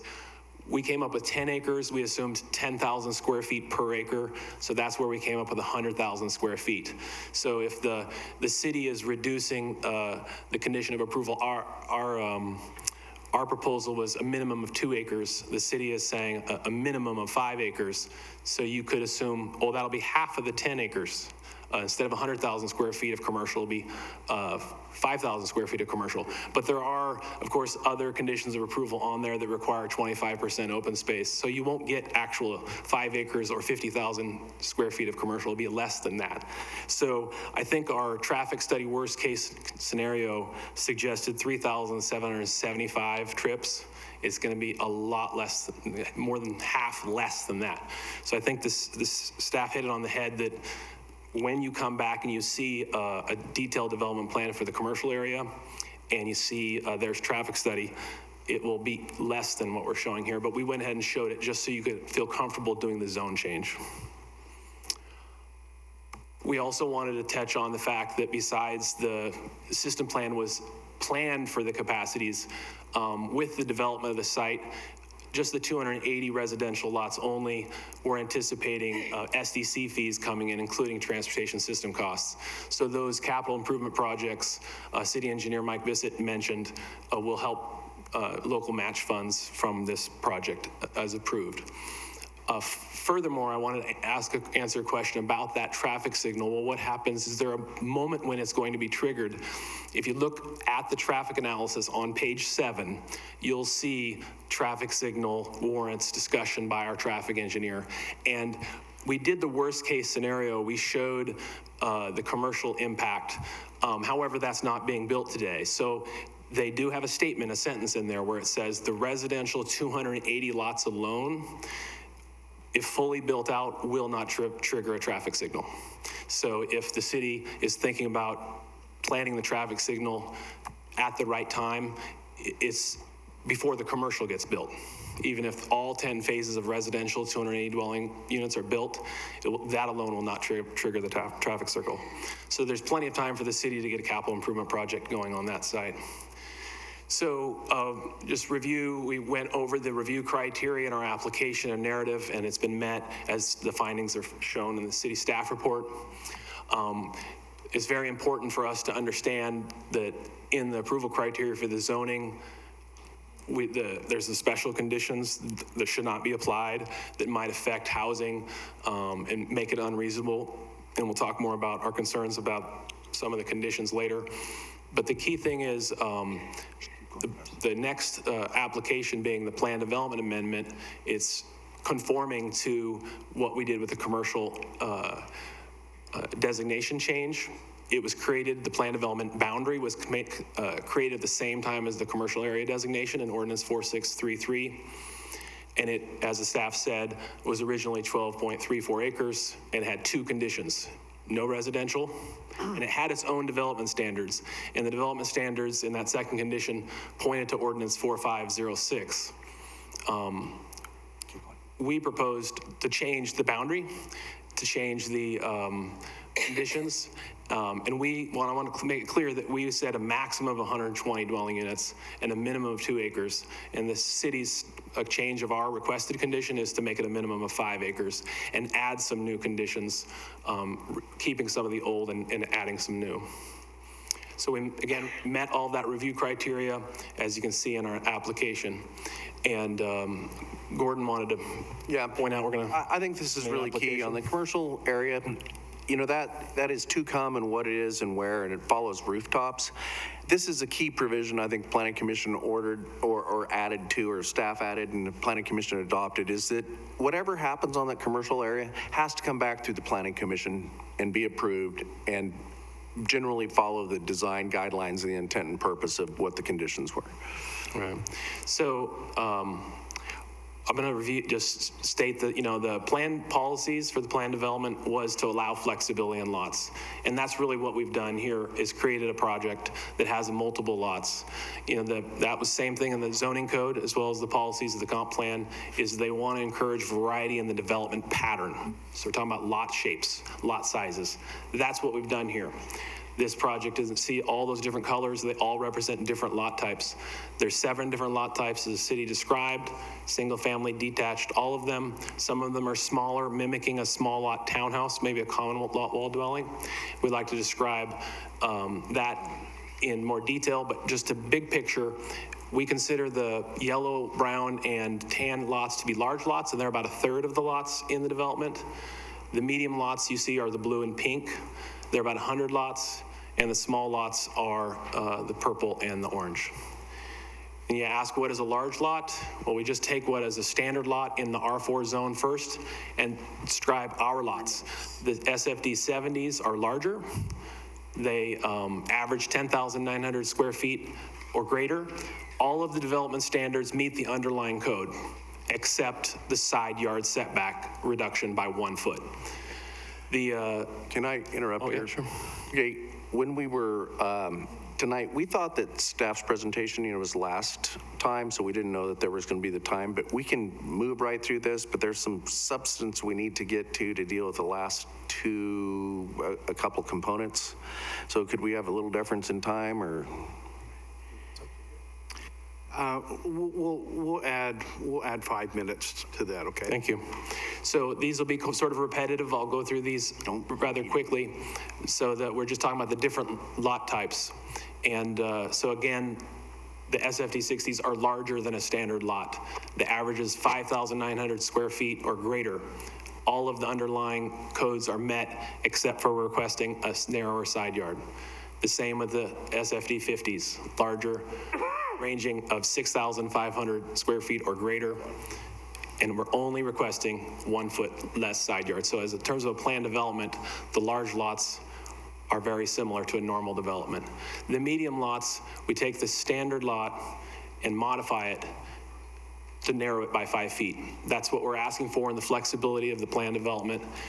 And they're averaging over 4,600 square feet, so almost 5,000 square feet, almost the size of a standard lot. These SFD 45s are on the corner. They have a 15-foot side yard standard. We're asking for a 4-foot internal side yard to allow a 26-foot wide dwelling to ensure that 2-car garage, even on corner lots. The final medium lot is the SFD 40 feet wide, averaging over 4,100 square feet. And they meet all of the underlying development standards, except we're requesting a 5-foot side yard setback instead of 6. So again, 1 foot less. And these lots, the city staff have approved a 20-foot wide driveway. Finally is the small lots. And to try to understand that this development is a planned development with a varying lot sizes, but it was meant to really mimic the R4 code, which normally would take a standard sized lot and build a common wall dwelling to be over 2,500 square feet to create 2 lots. And those buildings would have a common wall with a 0 lot line and a 6-foot side yard setback on the outside. So each unit would have on the end have a 6-foot side yard. So how we're modifying these lots in our planned development is we're asking to widen the lots, take that 6-foot side yard and split it, put 3 feet on either side. So we also create, instead of being 2,500 square feet, some are 26 feet wide, some are 30 feet wide. The 30 feet wide ones are over 2,900 square feet, which exceeds the 2,500 minimum for a common wall lot.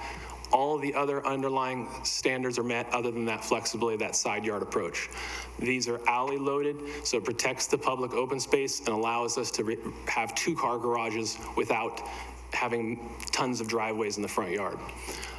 The 26-foot wide lots are very much similar, just allowing a 20-foot wide dwelling.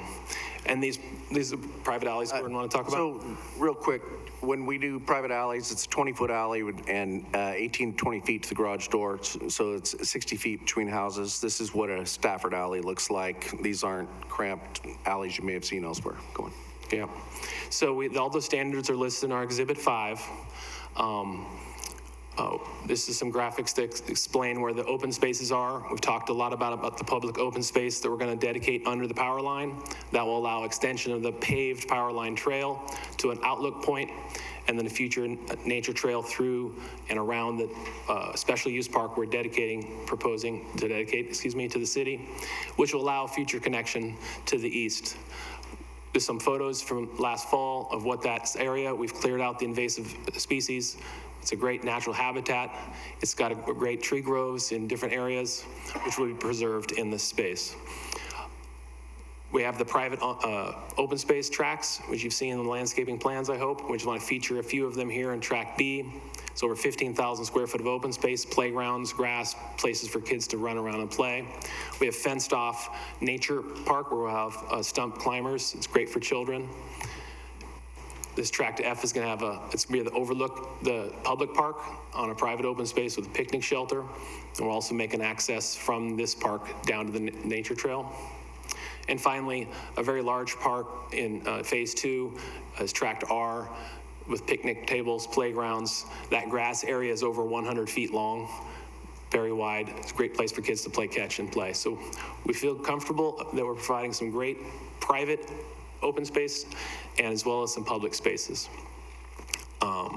Just quickly, the 10-phase development, I think Chuck talked about this, as well as our street tree plan and nature plan. You can't see on this one here, but we went ahead and tallied them up for you. We're preserving a lot of the native trees in the rear yards of homes, as well as keeping them preserved in the city park donation property. We'll be planting over 450 new street trees, over 300 trees and shrubs in the open space tracks, not including like flowers and perennials. So basically we requested for the driveways, 70 feet wide lots, 30-foot driveways as a condition of approval for our plan development. Staff and the Planning Commission recommended to deny that and just allow this 28-foot wide standard. The same as for the 60-foot wide lots is denied. We are requesting that you allow that City Council agree to a compromise of 28 feet. The 50-foot wide lots will have the standard 20 feet, 45, the standard 18 feet, and the staff approved the requested 20-foot wide driveways. So really, what it comes down to for us on this application, as far as the home building goes, there's two things that we wanted to bring to light. One is condition 18, which are the driveway widths.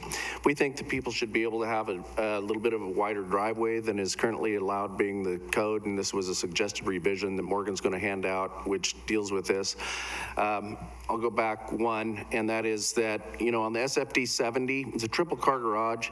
Yes, we want to be able to do, it's 28 foot. On the SFD 60s, we asked for 30. The standard that is 24 feet, and we're asking for a little bit of deference on that, may go to 28 feet. And then the other two are fine. So we showed conditions that we would review to that. Then we get to what is really driving what people didn't like about the development and our product. Right there it is. That's the back of the workforce housing that LGI has provided. We really say, why is that? Part of it's because the bioswale was put there instead of additional street trees along the road. We did plant trees. And ours is going to be different in that if we go here, you'll see that we have a meandering sidewalk with a fence, street trees on the street, as well as landscaping in the house. And we're going to have about a 1-to-1 ratio instead of a 5-to-1 ratio. So We're rolling right on through. This is a type of product we could develop in a R4. This is not what we're proposing. We're proposing single family and detached, and right there you are. And we're almost getting down to condition 20, which I think is going to just, perhaps in rebuttal, we'll go ahead and discuss. I just want to mention, if I may, Mayor, what I handed out was a copy of our proposed revisions to condition 20 and subdivision condition 11 that I think the staff included in your revised staff report.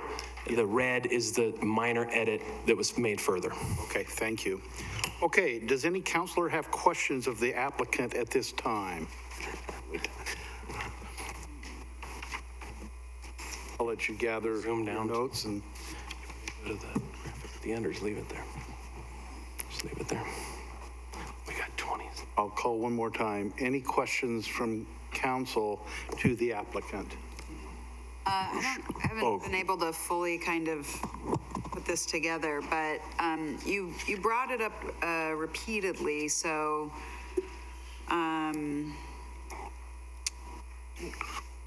you kept referring to the what's already been constructed. I think in your kind of opening remarks, you said when you build workforce housing, some people aren't going to like the way it looks. Then you also just showed us another picture of some of houses that have gone in, referred to them again as workforce housing. I mean, for us, for the city of McMinnville, workforce housing, these are our teachers. I think even nurses fall into workforce housing here as well. So, so there's a wide range of professions needing workforce housing. So it's really a broad. It's a broad range of professions.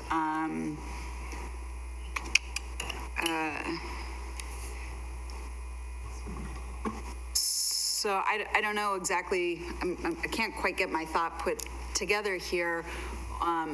Only I felt like what you were implying was in some way that,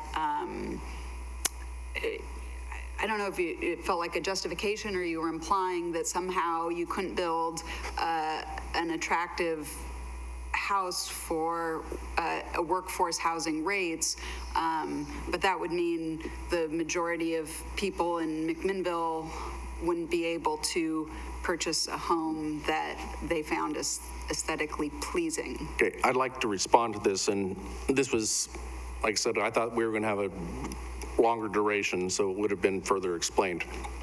No, I'm certain that there's some people here in this room that are here specifically because that they didn't like the way that the back of the housing looked that LGI built. I know they are. I've heard it. I've listened to it. We've heard it from staff.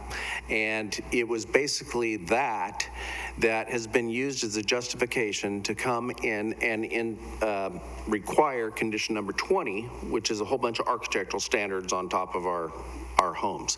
We build a lot of different homes, and I hope that you've been through Baker Creek East to look at the various types. What's going on here? This is not... Anyway, we build a full range of various houses. And what these photos were to depict, and part of the discussion that we can get to, are condition 20 and the types of architectural standards that grew out of people not liking the rear of the houses in Baker Creek West. I think we're an overreaction because one of the things that it absolutely doesn't do is allows, could you please go back to that picture? Sorry. Is it takes out our ability to build what our highest demand type housing is. So we build houses from about 435 to 570,000 ourselves in Baker Creek East. That's why it was segmented, because you transition the denser housing toward the main transportation corridors, which is Hill Road, of course. So there's a complete variety of housing being built in Baker Creek East, which is more familiar with what we're going to be building in Baker Creek North on the medium and the large and the other lots.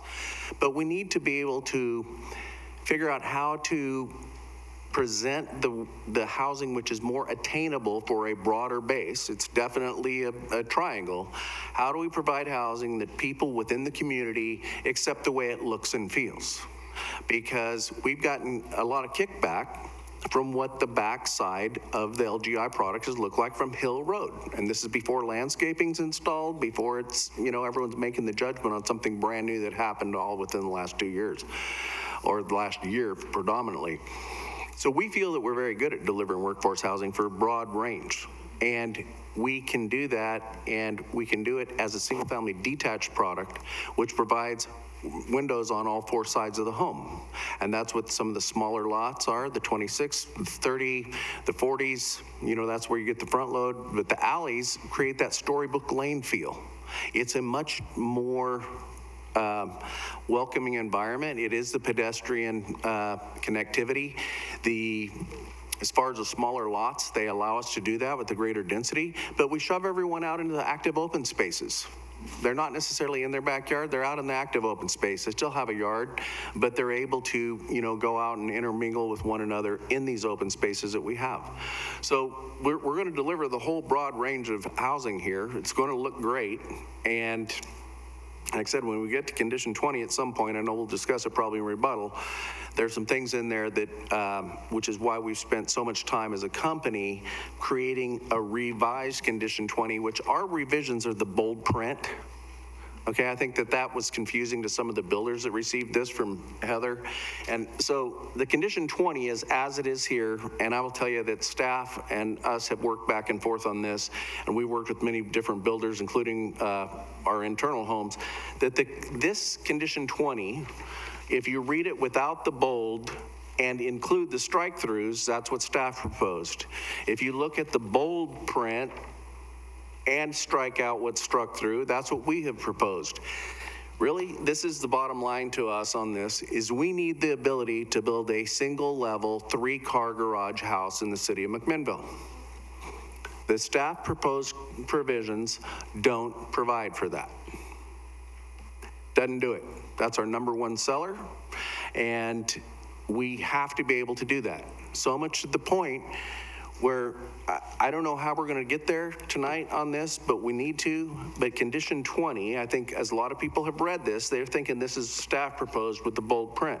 We're fine with the bold print because there has to be architectural standards. I get that. They exercise them now in Baker Creek East about the 5-finger rule back and forth. And I understand staff approved the plans that were built in Baker Creek West. If you go around to the front, they're not that bad. But it comes down to driveway widths, which we can live with what's there. I think it makes a little common sense to give the one give that we did on the 60-foot lots, and condition 20. So yes, we'll build the variety. Yes, it'll look good. And we have to have flexibility to not only build what we'll call workforce housing, but it's defined differently. I don't want to call it affordable housing. It's more attainable housing is the word that we use. But what's attainable for one person in the room versus another versus another versus another is all different. But we do need to be able to have flexibility to build that house that you're looking at on the screen, which is a 3-car, 1-level home. And we need to get there. Why do you need to build that product when you're also saying that that everything you're building is selling? What hasn't sold is a 2-car garage, single-level home that backs up to Michael Book golf course. And we thought that would be one that fly off really, really fast off the market. The other product that doesn't sell as much are a 2-story, 2-car garage home. Those are slower. So yes, we've been selling homes in that area, and we want to be able to continue to deliver the product in the wide variety of range that appeals to various people. And as well, one of the things we're very conscientious of is the number of parking spaces provided off-street for every house. And we do 2-car garages on every single house at a minimum because we all have stuff, right? And if we have a 3-car garage, essentially you have your own built-in storage unit 2 cars being able to park in the garage, plus 3 parking spaces outside. You get 5 off-street parking spaces when, technically it's 6 on a triple car garage. On a double car garage, you're going to have most of the cars parked out. You're going to have at least maybe 1 car in the garage, in a double car garage, but 2 or at least 1 always sitting in the driveway with only room for 1 more. So what we found as we have more density is to provide an overabundance of parking within the community. Did that answer your question, Remy? Yeah. Counselor Drapkin, can I clarify a question? So I don't know if Gordon, when I was passing out the papers, got to the slide which showed the rear of homes on Bay Creek West. Did you were able to see that? And I think one of the things the staff's condition of approval tried to do was require the rear yard of homes public facing. And so one of the other concerns is that means that homes facing the special use park, their rear yards will have, their rear facades of their rear elevations of their dwellings need special treatments. So one of the things we tried to do in this revised version is to require some options. So if you'll see, there's 7 proposed elevation treatments in the front or street facing, whereas in the rear yard, there's fewer features to highlight or accent. So it's not like we don't feel that the 7 different lot sizes we're proposing, that we can't provide a good design for all 7.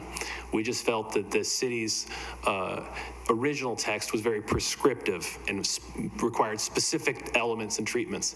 If you'll see, one of the things about this revision proposed by us, and we're asking you to consider, for condition number 20 and subdivision condition number 11, which is basically just a mirror image of the plan development condition, is to allow it to be suggestive and provide a palette of options.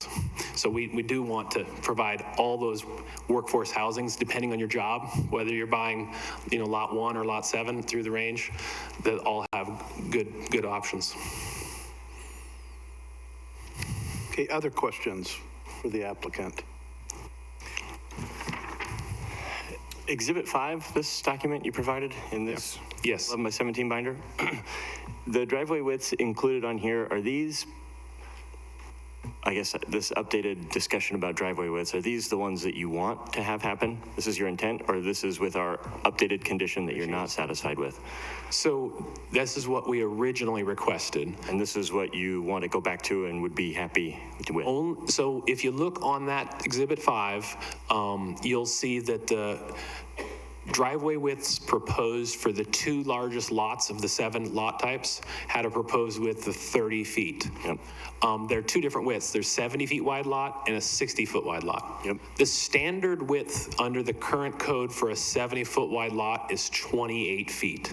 So we were asking for the city council to approve 30, 2 feet more. Yeah. And the city did not, planning commission denied that. So what's on here is what you guys want, or what's on here is what you guys want? What we originally wanted, and we of course would love what we originally requested. Okay, so what, for your modeling, what are you plugging in as the vehicles in here?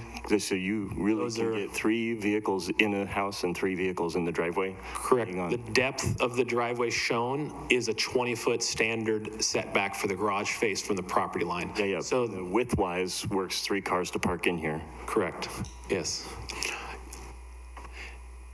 And what you see in your revised version of condition 18, the one that addresses driveways, that's basically a copy of our slide we showed, we're looking for the city council to support a compromise where it is for the 60-foot wide lots, a code standard driveway width would be 24 feet. We're asking for approval of 28 feet, similar to the 70-foot standard. What vehicles did you use for your modeling? The size we didn't, it basically, if you have a 20-foot driveway setback would be the minimum. The engineers use that, I don't know what car that is. 20 by 10, yeah, 20 by 10, so 3-car garage, 10 feet per car, so you can get out of your car. What you'll see there is, there's a gap between those 2 driveway doors on the slide. So if you have a 2-car garage and a 1-car garage adding up to 3, there's a gap between them. So the driveway itself if it was 24 feet. Those garage doors alone are 24 feet. So basically, see how the driveway is a rectangle when it approaches the curb? If you wanted to have a quality driveway, but you were only allowed to have 24 feet, you would have to come into your driveway and then flare out. And it's really hard for a teenage driver to park next to mom and dad's car and get in. So that the idea of the request was to allow rectangular driveways. You see in some divisions where they try to get that third driveway, they have a narrow neck and then they flare out. So that's what we were requesting. So I have no other questions. Okay. Other questions? Okay, hearing none. Thank you for your presentation. Stay here. Okay, now we are, does any person in the audience wish to speak in support of this proposal? Remind that you need to identify yourself, sign in, and we'll limit these testimonies to 3 minutes each. So anyone would like to come in support of?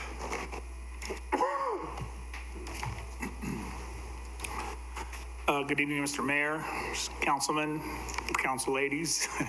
My name is Jeff Bourgeois. I own Northwest Dream Homes. I'm currently building, well, I've finished 2 and I'm building 2 in Baker South, I guess.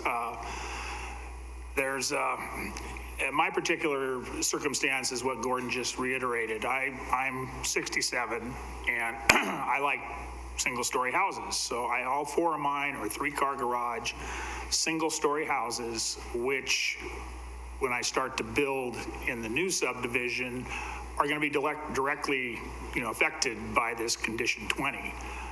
As Gordon said, trying to park in a driveway is hard enough with the constraints you have opening doors and stuff. And, in order to, like you said, necking the driveways down. And that's one of the things. And the other thing is the conditions that they proposed. As Adam said about time constraints on getting permits and stuff, you guys are rather quick. I've primarily built in the Tri-County area, but the reason... 2 more minutes. The reason I'm down here is because I can find a lot that I can build a single-story house with a 3-car garage that I can sell for under $500,000, which you cannot do hardly anywhere close to the Portland metro area. So I just rest my case that I'd like to see that the constraints on the development standards and the driveways be made in our favor. Thank you very much. Thank you. Welcome. Again, state your name, and we've got the clipboard over there just to sign in so that we can have that for public record. I'm Vince Vinceri. I am building at Baker Creek East, and I personally would like to go back to the original 30 feet of driveway as opposed to the 28 that they're presenting, purely because I'm a designer, and the path of least resistance when you drive in, you don't want to be driving over the curb to get in. Basically, I concur with what Gordon has said. Procedurally, if people aren't able to sign the sign-in sheet with their address, if they can state their address for the record, we have to send the decision to everyone who's testified tonight to give them the opportunity to participate in any sort of future decision-making process. So if you don't sign in with your name and address, please state your address for the record so we can capture that. Thank you, Heather. And then also, were there any questions for either of these 2 that have testified on behalf of the applicant? Okay, no questions. And anyone else would like to come up and?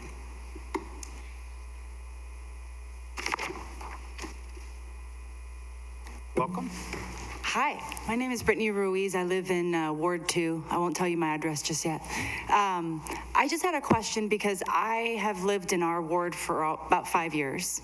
And since development has been happening on Hill Road, which is how I used to get out to my house to get to my kids' school off of Baker Creek, McMinnville Christian Academy, I've been having to find other alternate routes to get there because of traffic. I just want to make sure that the proper, and I have a question, maybe more for the planning division.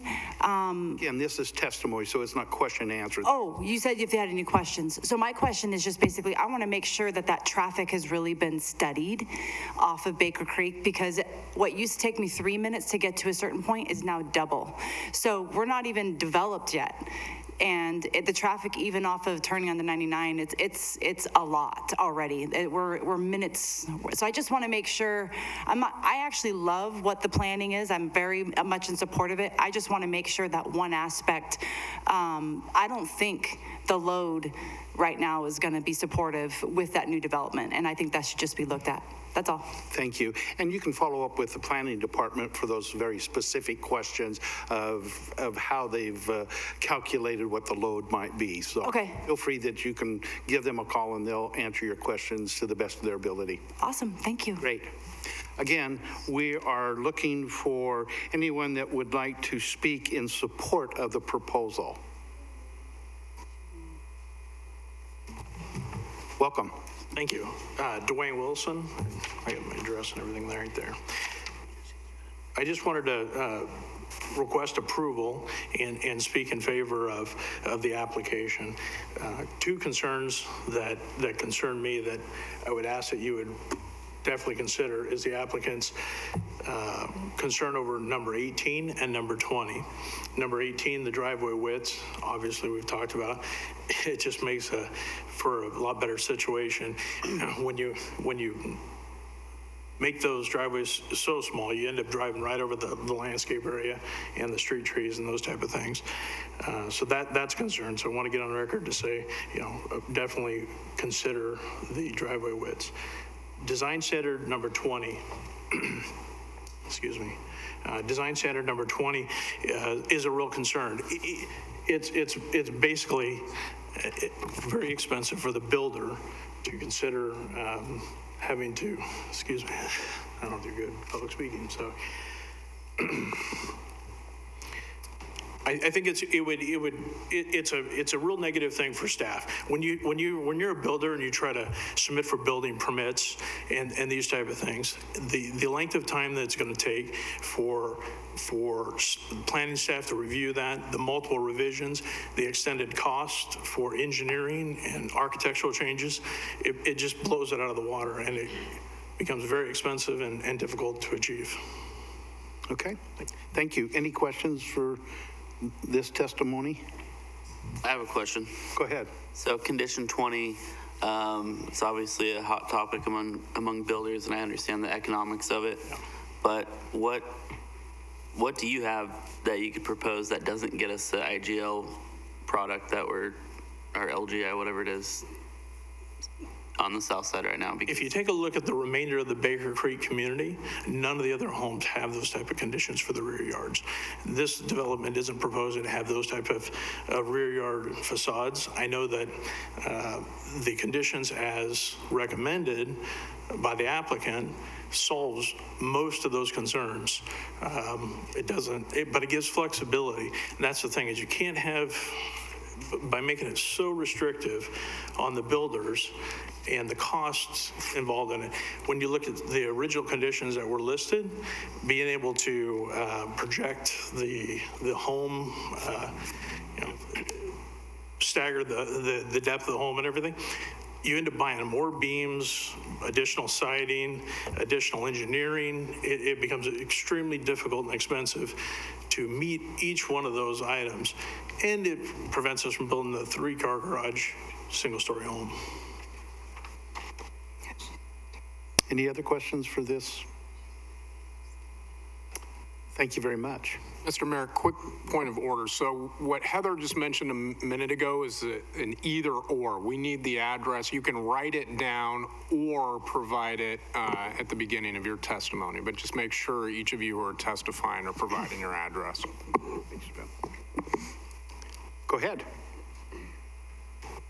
I'm Jeff Bettinelli, Black Diamond Homes. I've been building in the Yamhill County for 25 years. I love building in McMinnville. It's one of my favorite spots to build. And one of the reasons that I do is when we get a 60 or 70 foot lot, it gives us the opportunity to build a single level house with 3-car garage.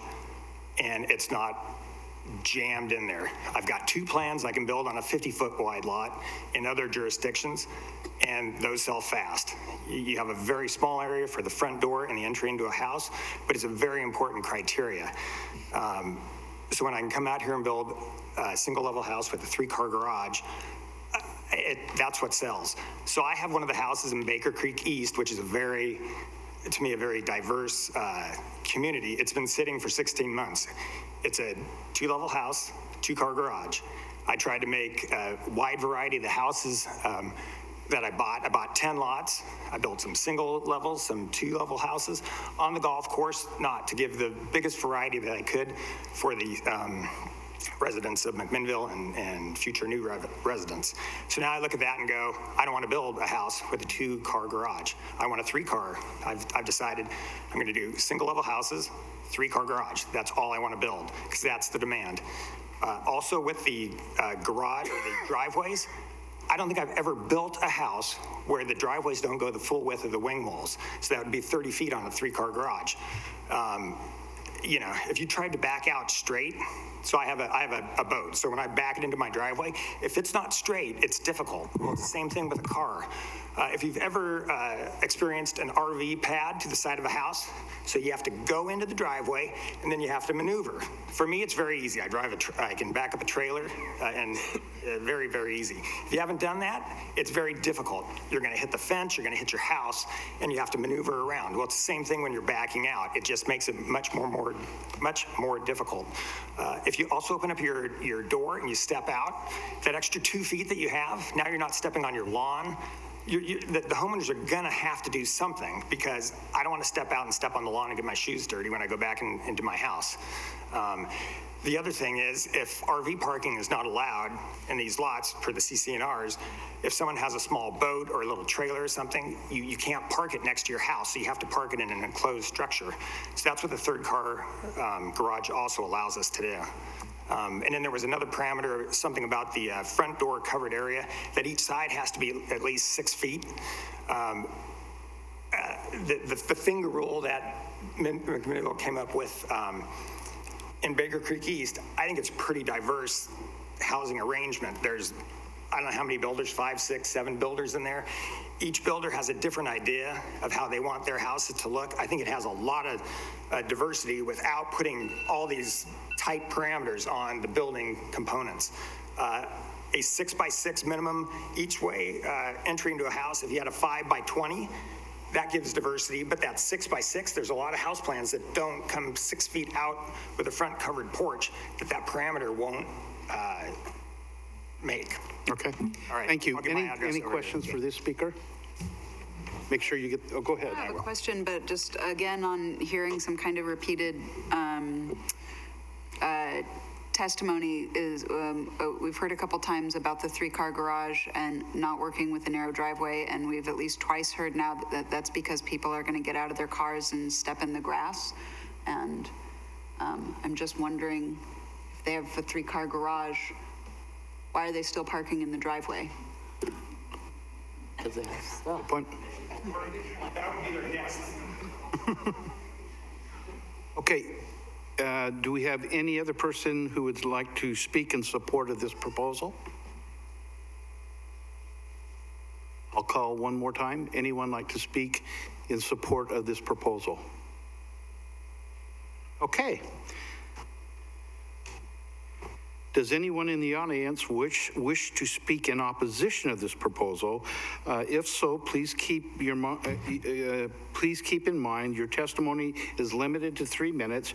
Provide the land use application that you are testifying about and the comprehensive plan criteria or the McMinnville City Code criteria that you feel that the project does not meet. Why it does not meet that criteria and why you feel a condition of approval will not help meet that criteria. If you have a proposed condition of approval to help the project meet the criteria, please provide that as well. Go ahead. Good evening. My name is Rick Wiedner, excuse me, and I live in, pardon me, West Wind. Mr. Mayor, councilors, Mr. City Manager, thank you for your service to our community. I know you volunteer your time, and we are very happy that you do. 5 years ago, my wife and I arrived with our bikes as tourists. It didn't take us long to notice that McMinnville was unique. Better yet, authentic. The downtown, the business people we met, and the community events, we'd experienced nothing like it. Within 3 weeks, we'd learned how to pronounce Willamette, and we had a buildable lot in escrow. We haven't left. We don't plan on leaving. Our concern is uniqueness and authenticity are fragile and easily lost.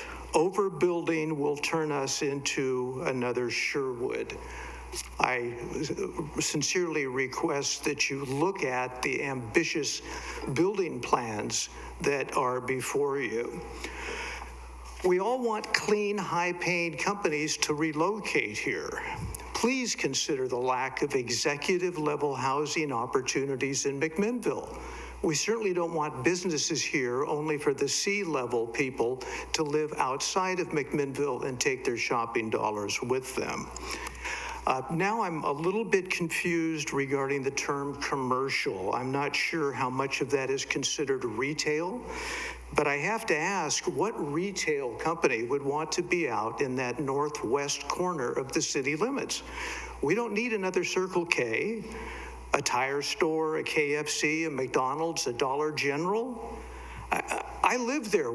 I don't know if the people behind me feel a need that we need retail within that corner. One thing I am curious too is will Stafford sell the retail site? Could it become commercial and medical office buildings? Another note I made is multifamily residential is a fairly new term. It's apartments. Apartments, apartments, apartments.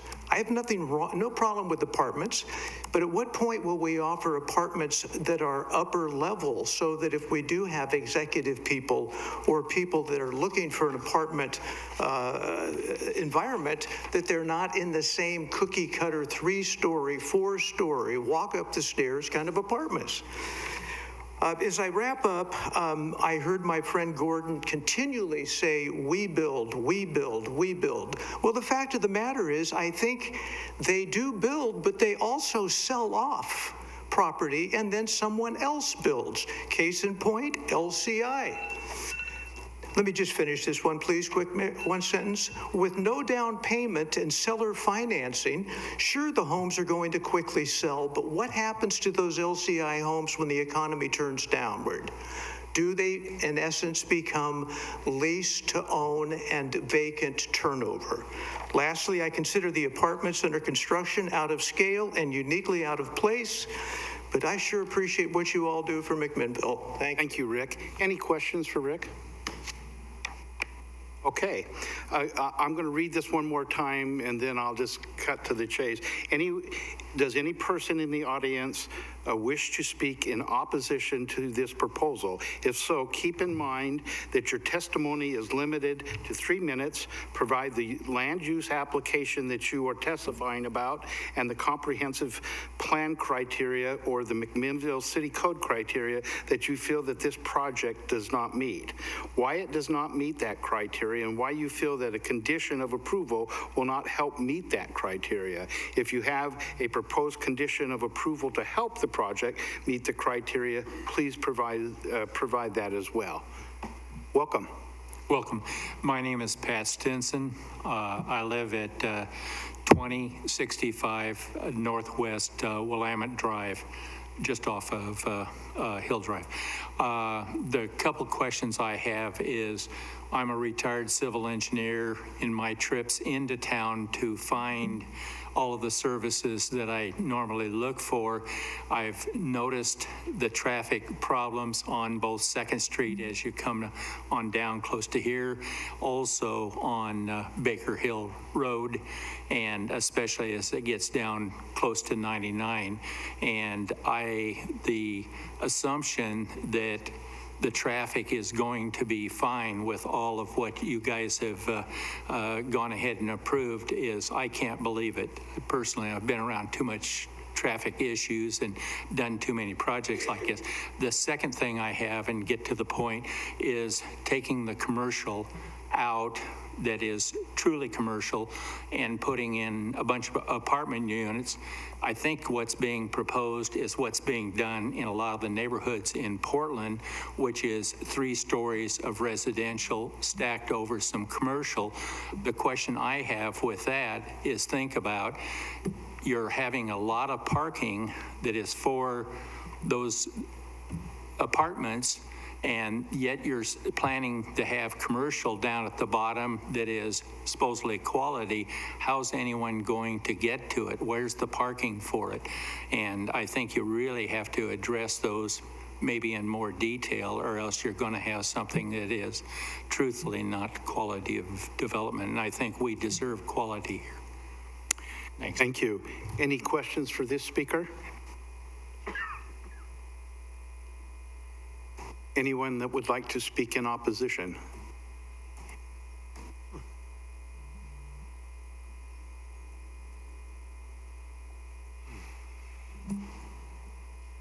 Welcome. Hi there. I have some handouts. Would you like them first? Sure. Yeah. Chuck, do you want to hand those out and then? Thank you.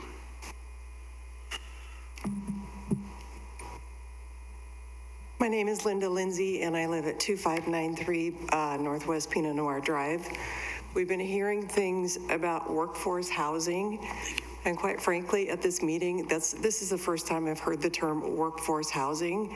It's my understanding that we are supposed to have a mix in this subdivision, and I'm specifically talking about the south one now that's already being built out in kind of preparation of what's going to be going on the north side. When I look at affordable housing or workforce housing, I think, what is affordable for our community? What I've given you is some mortgage information of our median income in this community is $57,246. For that amount of money, that person, that family can qualify either for a $250,000 or $285,000 house. Our workforce housing, as he's saying, which I really, really don't care for that word, our affordable housing, I will say, is the LGI housing at $345,000 on average. So in order to qualify for the LGI product that they have down there, and this is still using the 100% financing. So the folks that are buying the LGI, I'm totally in agreement. They're buying it because they can buy it with 0 down. We will see changes in that neighborhood in the next 2 to 5 years, much quicker than we will in some of the other areas. But in order to qualify for the USDA or the FHA loans, which are 0 down, most of your first-time buyers or your affordable buyers don't have a lot of money saved up to do this. So the USDA loan, they need $84,000 a year or $7,000 a month. And the FHA, they need $68,400. I'm sorry, I don't see that as affordable. I don't know what they're calling workforce, but certainly if we use the median income here, that's not affordable. The builders need to think outside of the box. They need to maybe think of some common walls. I see that they have some plans on the north side to separate common walls. I don't think that's enough. I think that, after the war, we built some really nice 2-1 bungalows over on the east side of Portland. We have a lot of people, a lot of young families, a lot of couples, a lot of retired people that would love 850 to 1,000 square feet, that aren't looking for the 1,500 square foot home.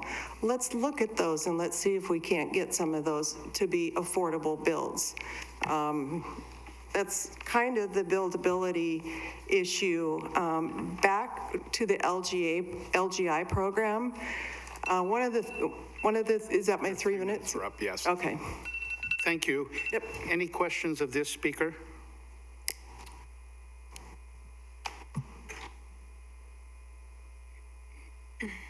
And Mr. Mayor, I'll note for the record while the next speaker's coming up that we'll, unless there's objection, staff will enter the handouts, both of the applicant and the other speakers, in the record for the proceeding. Thank you.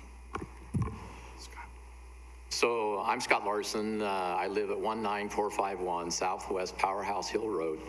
And I don't have any ordinance number or anything that, Scott, you want. Right. But mine's all on traffic. I think that Mike and I, last week, used the same company that the developer's using to do a traffic report on Baker Creek Road. And the red flag to me was when I saw that they did the traffic report in July. I was thinking, I looked up and there's between students, teachers, and support staff, there's almost 10,000 people going to McMinnville schools every day. And I said, and yeah, there's no schools out there, but the people that are living on out Baker Creek Road or Hill Road North or out Orchard View, and the people living on the north side of Baker Creek, they're teachers and they're students and they're going. So I knew there was much more traffic than what the developer was coming up with. And they have responded to that. They're saying the schools were 1.5 miles away and it didn't make a big difference. So anyway, we came up with 8,100 trips. And you've got the report. It was actually, I think it was 3 less. That was on Wednesday. And on Thursday, it was 8,043. That does not include Crimson Court, doesn't include Mahan Farm, and doesn't include Crestbrook, because we put the strips just past Crestbrook going west. That's where the company wanted to put them at that time. And so if you take in those developments, that would be another 696 trips. So actually it would be 8796 trips right now. And with what the developer wants to do, not using the 100,000 figure that they're putting up on the screen, they're going to increase the trips by 6677 when they build out. That's an 80% increase in traffic over what we have right now. It's not going to get through Baker Creek and 99W. It won't work. And if you go with it, you got to get with the state. They've got to make a right-hand turn there. They got to go straight, and they got to go left. It's just going to bog down. That huge apartment house off of Evans Street is all going to dump right in there to Evans Street going that way. It's mind-boggling, and I'm saying all this. I hear they call us NIMBYs. I live 5 miles from this, okay? This is not in my backyard, but I've lived in McMinnville all my life, except for school and military, and I care about the community, I care about the livability, and I know that you on the council must do the same, and I'm hoping you put some heart to this thing, not just, oh, it's got to hit all these specs. This is not gonna be where the density should be.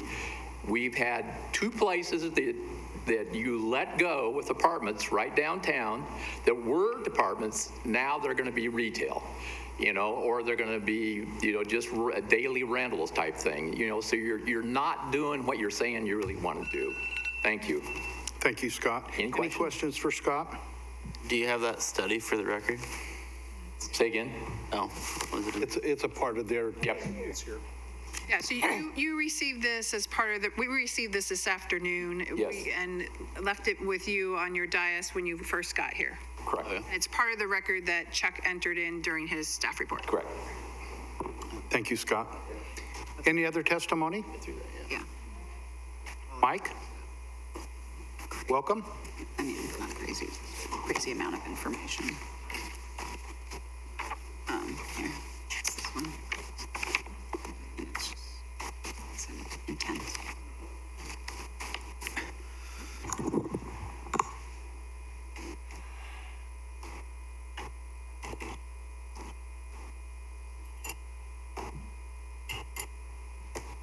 If I don't do this now, I'll forget.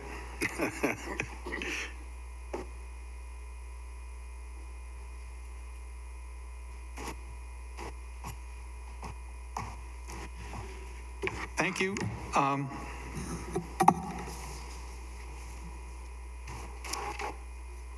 My name is Mike Colvin, and I live at 2718th Northwest Pinot Noir.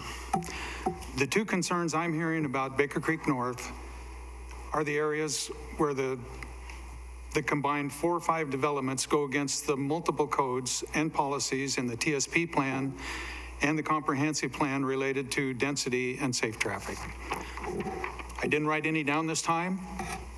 I did that last time and it wasn't very successful, so I'm just rambling tonight. Putting those in the northwest corner of Hill and Baker Creek roads, the effect that'll have on the quality of life of current residents living within a half mile of the development will certainly have an effect. The potential traffic congestion, then adding another 3,000 or so vehicle trips per day to the north side of Baker Creek Road will be an issue. One reason an additional 3,000 trips a day is a major problem is that Baker Creek Road, which nobody wants to recognize, I guess, is really a hybrid street that connects at least 8 cul-de-sac developments between Elton Street and on the east and Doral Street on the west. Since Baker Creek Road is the only exit from these developments, those residents will have to wait for a safe break in the east-west traffic on Baker Creek Road before they can safely exit their developments. The traffic study we had done last week shows residents living in those 8 neighborhoods already struggle to exit their developments on the rush hours in the morning and afternoon, especially when school is in session.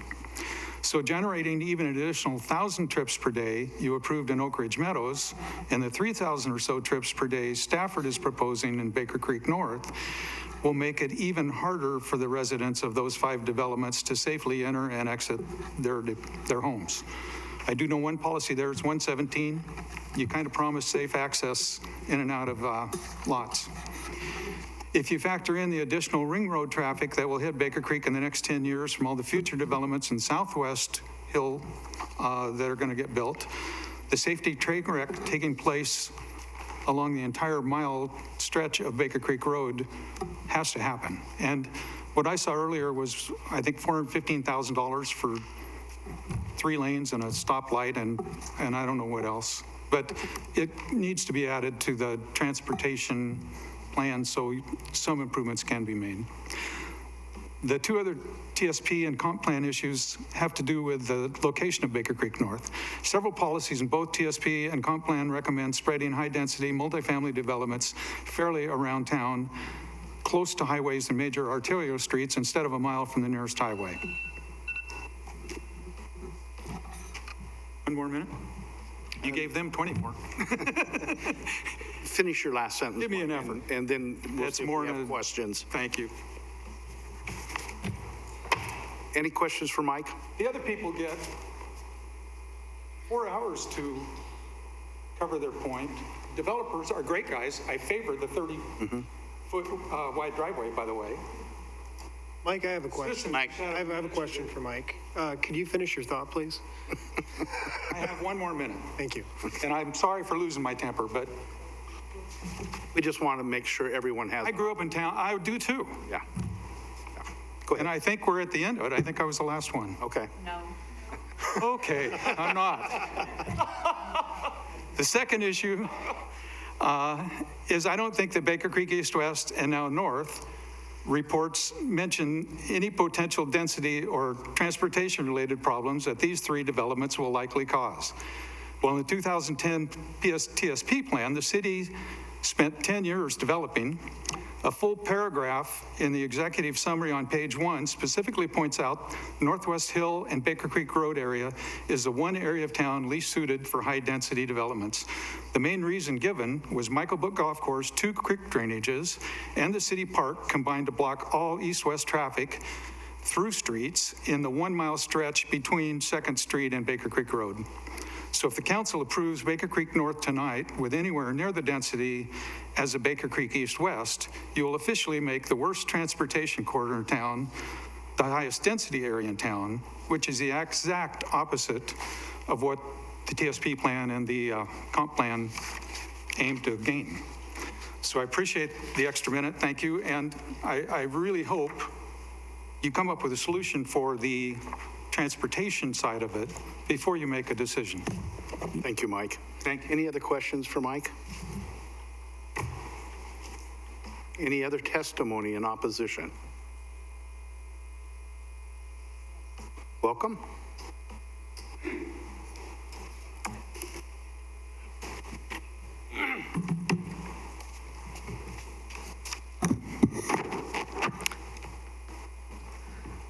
Hi, my name is Marcus Fowler. I live at 2515 Westwind Drive, which is southwest of the new Baker Creek Hill traffic circle. I'd like to thank the council members first for their service to the community. I appreciate that. Also for agreeing to hold a public hearing. I did attend the previous one that the Planning Commission held, a lengthy 4-hour meeting. We moved here, my family moved here in 1975. I've been away for 30 years in the military and came back a few years ago. We settled in Wilsonville initially and couldn't find what we wanted. Ended up coming to McMinnville because my family still lives here and I like the rural nature of this town. And so we built a home here. So I'm going to focus, because I do have limited time, I've already used a minute, on this transportation issue. I've done some research, my limited research indicates construction of this development, coupled with other developments already approved or under construction in proximity to Baker Creek Road, will lead to problematic traffic. To my knowledge, the most current traffic analysis for McMinnville was completed in 2006, and it's in that McMinnville Transportation System Plan dated 2010. The analysis determined the peak evening PM delay at the intersection of Baker Creek Road and Pacific Highway is 13.3 seconds. It estimated that in the year 2023 it would be 19.6 seconds. Well, here we are in 2020.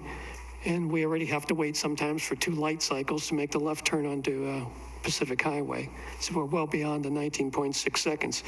So I took a look at the Oak Ridge Meadows. They did have a traffic study done by DKS Associates.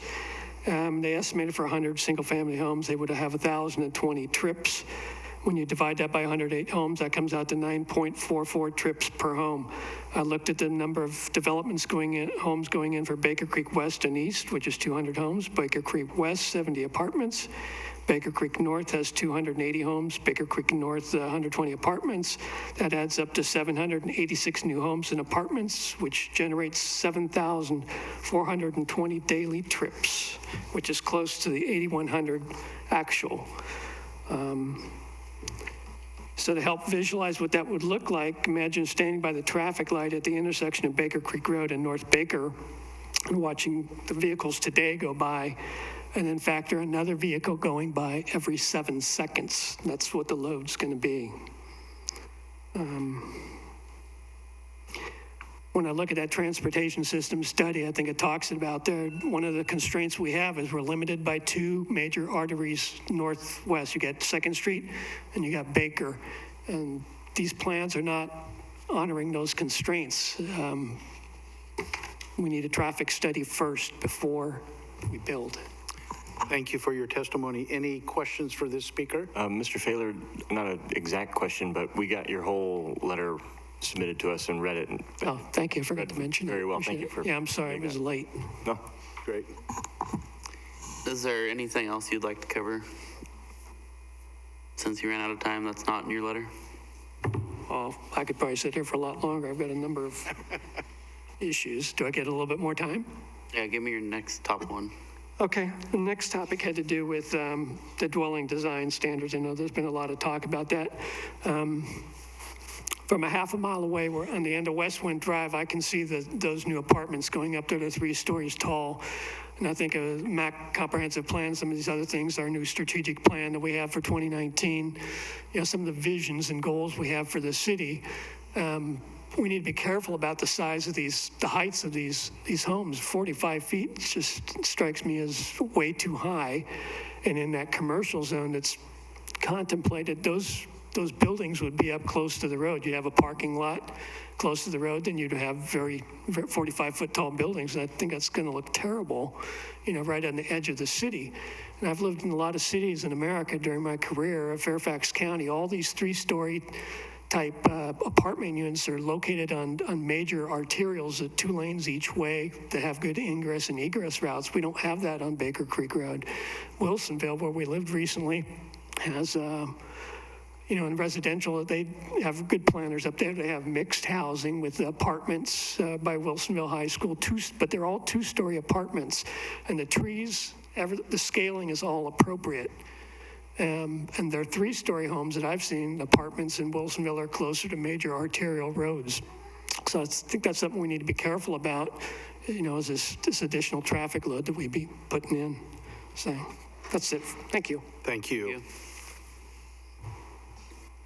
Any other testimony in opposition?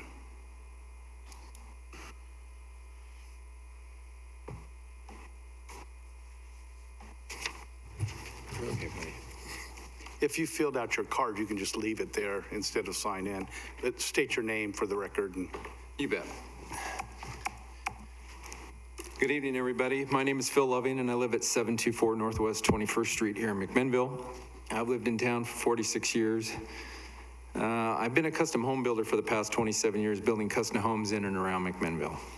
I'm here tonight to urge you to vote no against the project moving forward as presented.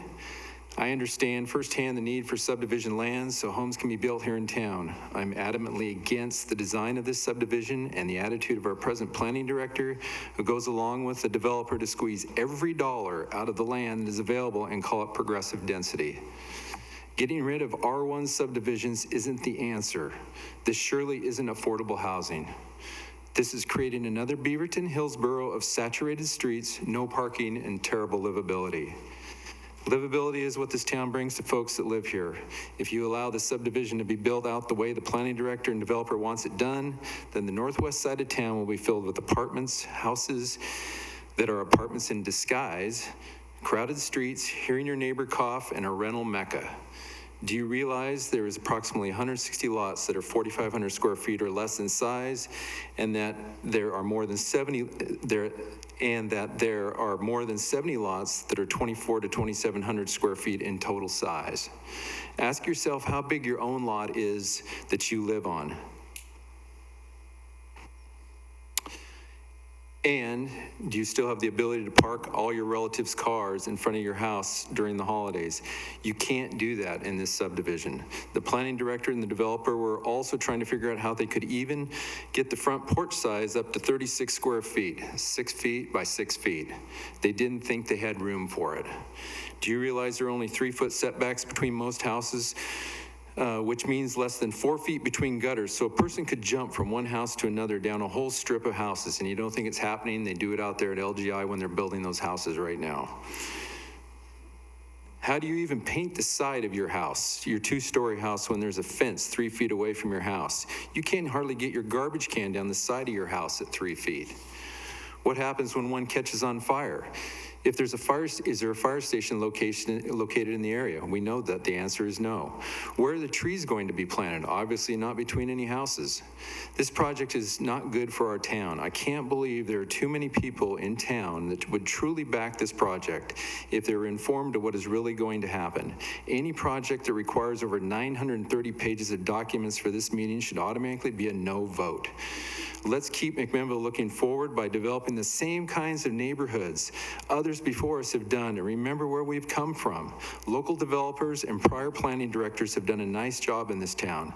This developer obviously is about the money, and our planning director is trying to check all the boxes. You know, we can, in listening to these other builders that have testified, you know, you can fix all this problem if you increase the lot sizes. We don't need to have 3,000 and 4,000 square foot lots. I've been building here a long time, I've done a lot of stuff in town. 9,000 square feet was the standard for many years. And that's how we got a 3-car garage on these houses. We had the width, we had the depth, and now you're trying to cram as much as you can into a small space and say it's all good. We don't need that. First off, they're never going to be able to sell all these places. There isn't the drive, the market drive, no matter what they say. And when things go south, what's going to happen in this development? When you go out there and drive in that subdivision and you see all the curb cuts cut for every driveway that's being built, there's something wrong. That has never happened in this town. We've, as builders, have always cut our own curbs because the planning department and the building department tells us the width that we need to have. Now, all of a sudden, I drive through a neighborhood out there in LGI and I see every curb poured before the house is built, and they have all the driveway approaches in. There is nowhere to park. All these little alleyways are contending. That is the road.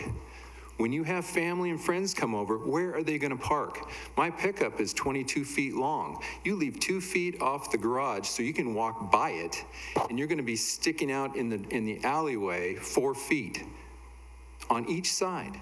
Plus, you got to have garbage cans, access, fire department's got to get through. For me, it's a no-go, and I hope you feel the same way. Thank you for your testimony. I would like to make one comment before we move on, which is that as a city, we're lucky to have the caliber of staff that we do, and personal attacks on members of our staff is not something that I'm willing to volunteer my time and sit here and listen to. So I applaud our planning director for being thorough in her job, and she did not submit this application regardless of your feelings about it. She's done her job. She's done it exceptionally well. Thank you, Remy. Please refrain from clapping during these proceedings, okay? I had one quick, just a quick, I didn't catch your name, sorry. I feel like I should say partner as you walk up towards me here. I didn't catch your name, partner. My name is Phil Loving. Bill Lovey? Phil Lovey. Yes. Thank you. Thank you. Other testimony in opposition?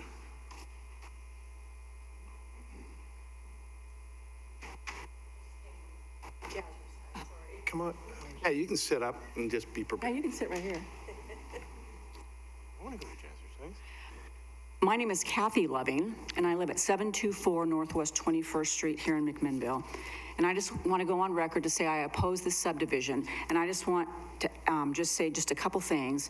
Is just ask yourself, why do people move to McMinnville to begin with? And why are they moving away from other places and moving to McMinnville? And they're moving away because they're tired of the high traffic areas that they're living in. They're tired of being crammed into small spaces, and they're moving out here because they want to breathe. They want privacy. They want to, yes, they want to interact with their neighbors, but they also want to entertain in their backyards, and they want to have backyards. And so I have lived here a long time. I'm rooted here. I went to Linfield. My daughter graduated from McMinnville High School. She went all through school here. And so I'm not planning on leaving, but I just want you guys to sit back and think about, this is 280 homes. We've had testimony about traffic. I live in the Northwest area. We have property out Baker Creek, so we go through there all the time. And I know you guys, you give of your time. I've given of my time as well at Linfield and with my church, so I understand that you guys aren't, I understand that. But I just want you to really think about, this is a huge, huge development that they're asking for. And I'm not trying to, I don't want to attack anybody, but, you know, Mr. Root was saying we were overreacting. Well, yes, I'm going to overreact because this is where I live. This is where my child was raised, and this is where we're going to retire. And so for somebody to come in and say you're overreacting because they want concessions, they're talking about 3-car garages. Well, you know what? Maybe don't build 280 houses. If you want to have your 30-foot driveway and you want to have your 3-car garages, then maybe don't build 280 houses. And so I just want you to really think about that, because people move here for the livability, and what they're proposing is not livability. Thank you. Thank you. Any questions? Okay, go ahead and identify yourself. Hi, thank you for the opportunity. My name is Lana McKay Brown, and I live in Northwest Portland on Northwest Portland. I live in Northwest McMinnville on Cottonwood Road, and I'm across the field from the LGI where the school is supposed to be built. We're across there, so we get to look at those back houses, of the back of the houses. We're newcomers to McMinnville. We've lived here for 6 years. We were blessed to be able to move from Portland when our grandson was born. And what I'm seeing coming in McMinnville, we love it here. We plan on ending up here forever, but it's much the same of the creep that we saw in Portland, the small little livability issues that became really what made Portland so difficult, and we're really happy to leave Portland. And tonight I want to specifically talk about the traffic impact. I've worked for 30 years in law enforcement in Portland and saw my commute more than double in the short commute that I had to work in that amount of time, even in a 5-year period of time. And even in McMinnville now, to go to my grandchildren's home during school hours, it's more than double the amount of time. And today I sat through 3 lights at 99 and Baker Creek Road to try to turn left. And that was at 5 o'clock this afternoon. I had to sit through 3 lights. I avoid 2nd Street now because it's the one lane that goes down by the library up, and you can sit and wait and go through lights. So anyway, the density of the proposal, if it hasn't even been built yet and we're adding that many more homes, we don't have options because of the golf course, and it's those 3 streets, and that's it. There's no other option unless you go all the way out of town to get into downtown. So I would just propose that you look at what's happening with traffic and the livability before we agree to build more homes and face the same kind of issues that Portland is faced. And thank you again for the opportunity of being able to talk, and I'll leave my Thank you for your testimony. Any questions for this speaker? Okay, any other testimony in opposition? Mr. Yoder. It's good to see you, Larry. Good evening, Mr. Mayor and council and staff. Larry Yoder, 1875 Northwest Meadows Drive. I just want to go on record that I do oppose this settlement, this development, and not the entire development. I just am very much opposed to high density. I think that it is going to be a curse to our community, to our livability. We've heard, and I just want to go on record that I support what's been said here in opposition. And I agree with them with most of what's said, and even with the written testimony, which I read before I came today, that was submitted just last week. Some really interesting facts in there. But what I want to do is throw this other little curve at you.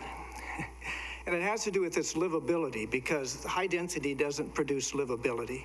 And we know that because you cram too many people into too small a space, and all it creates is agitation and unhealthy living.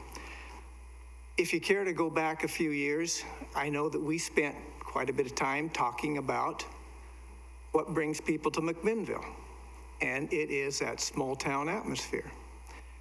We spent some time trying to define small town atmosphere and never could.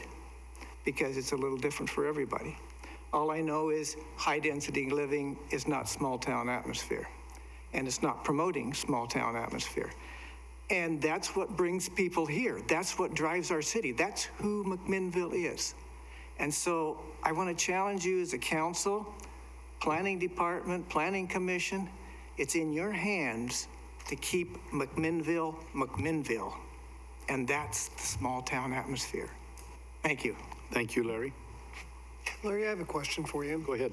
Just because you have such a history with building here, you understand the pickle that we're in as a city with respect to the land use situation that we have and the inability to expand our urban growth boundary over the last 30 years.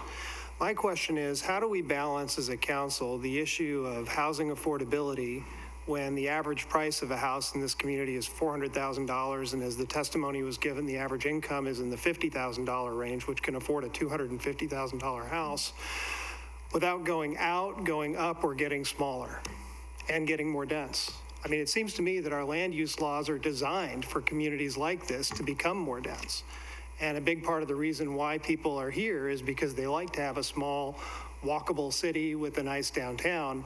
And those virtues that bring so many people here have contributed to an overcrowding and a significant shortage of supply. So how do we balance these values, in your opinion?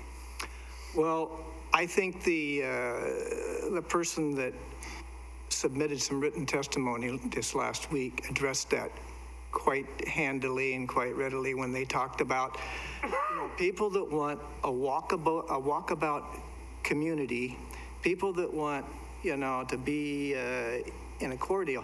They want to be downtown. So that's where your high rises should be. That's where your apartment your build up. Yes, we need to build up if we're going to accommodate all these other people.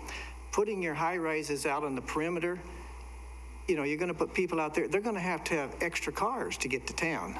It takes me, from my place on Meadows Drive, it takes me 6 to 7 minutes to get from there to City Hall here.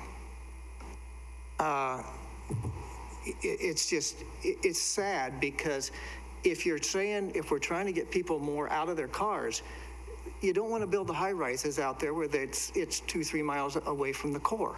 You want to put the high rises down where people can walk. And there's a lot of people come to town and they want to walk. Look at downtown Portland on the waterfront, all those apartments. People love it there. Fine. But they live it there because they can walk everywhere. And so I know that the state and you've got a lot of codes that you have to comply with, and they want so much this and so much that. Let's keep McMinnville. Why do we have to comply with every single law that the state says? Hey. That's the job, Larry. Well, you were on the planning commission. You know this. You know what? I know that they dictate a lot of that stuff, but you know what? A few years ago, we thumbed our nose at the federal government and approved marijuana sales. So what's the state got on it? Thank you, Larry. Good to see you. Other testimony?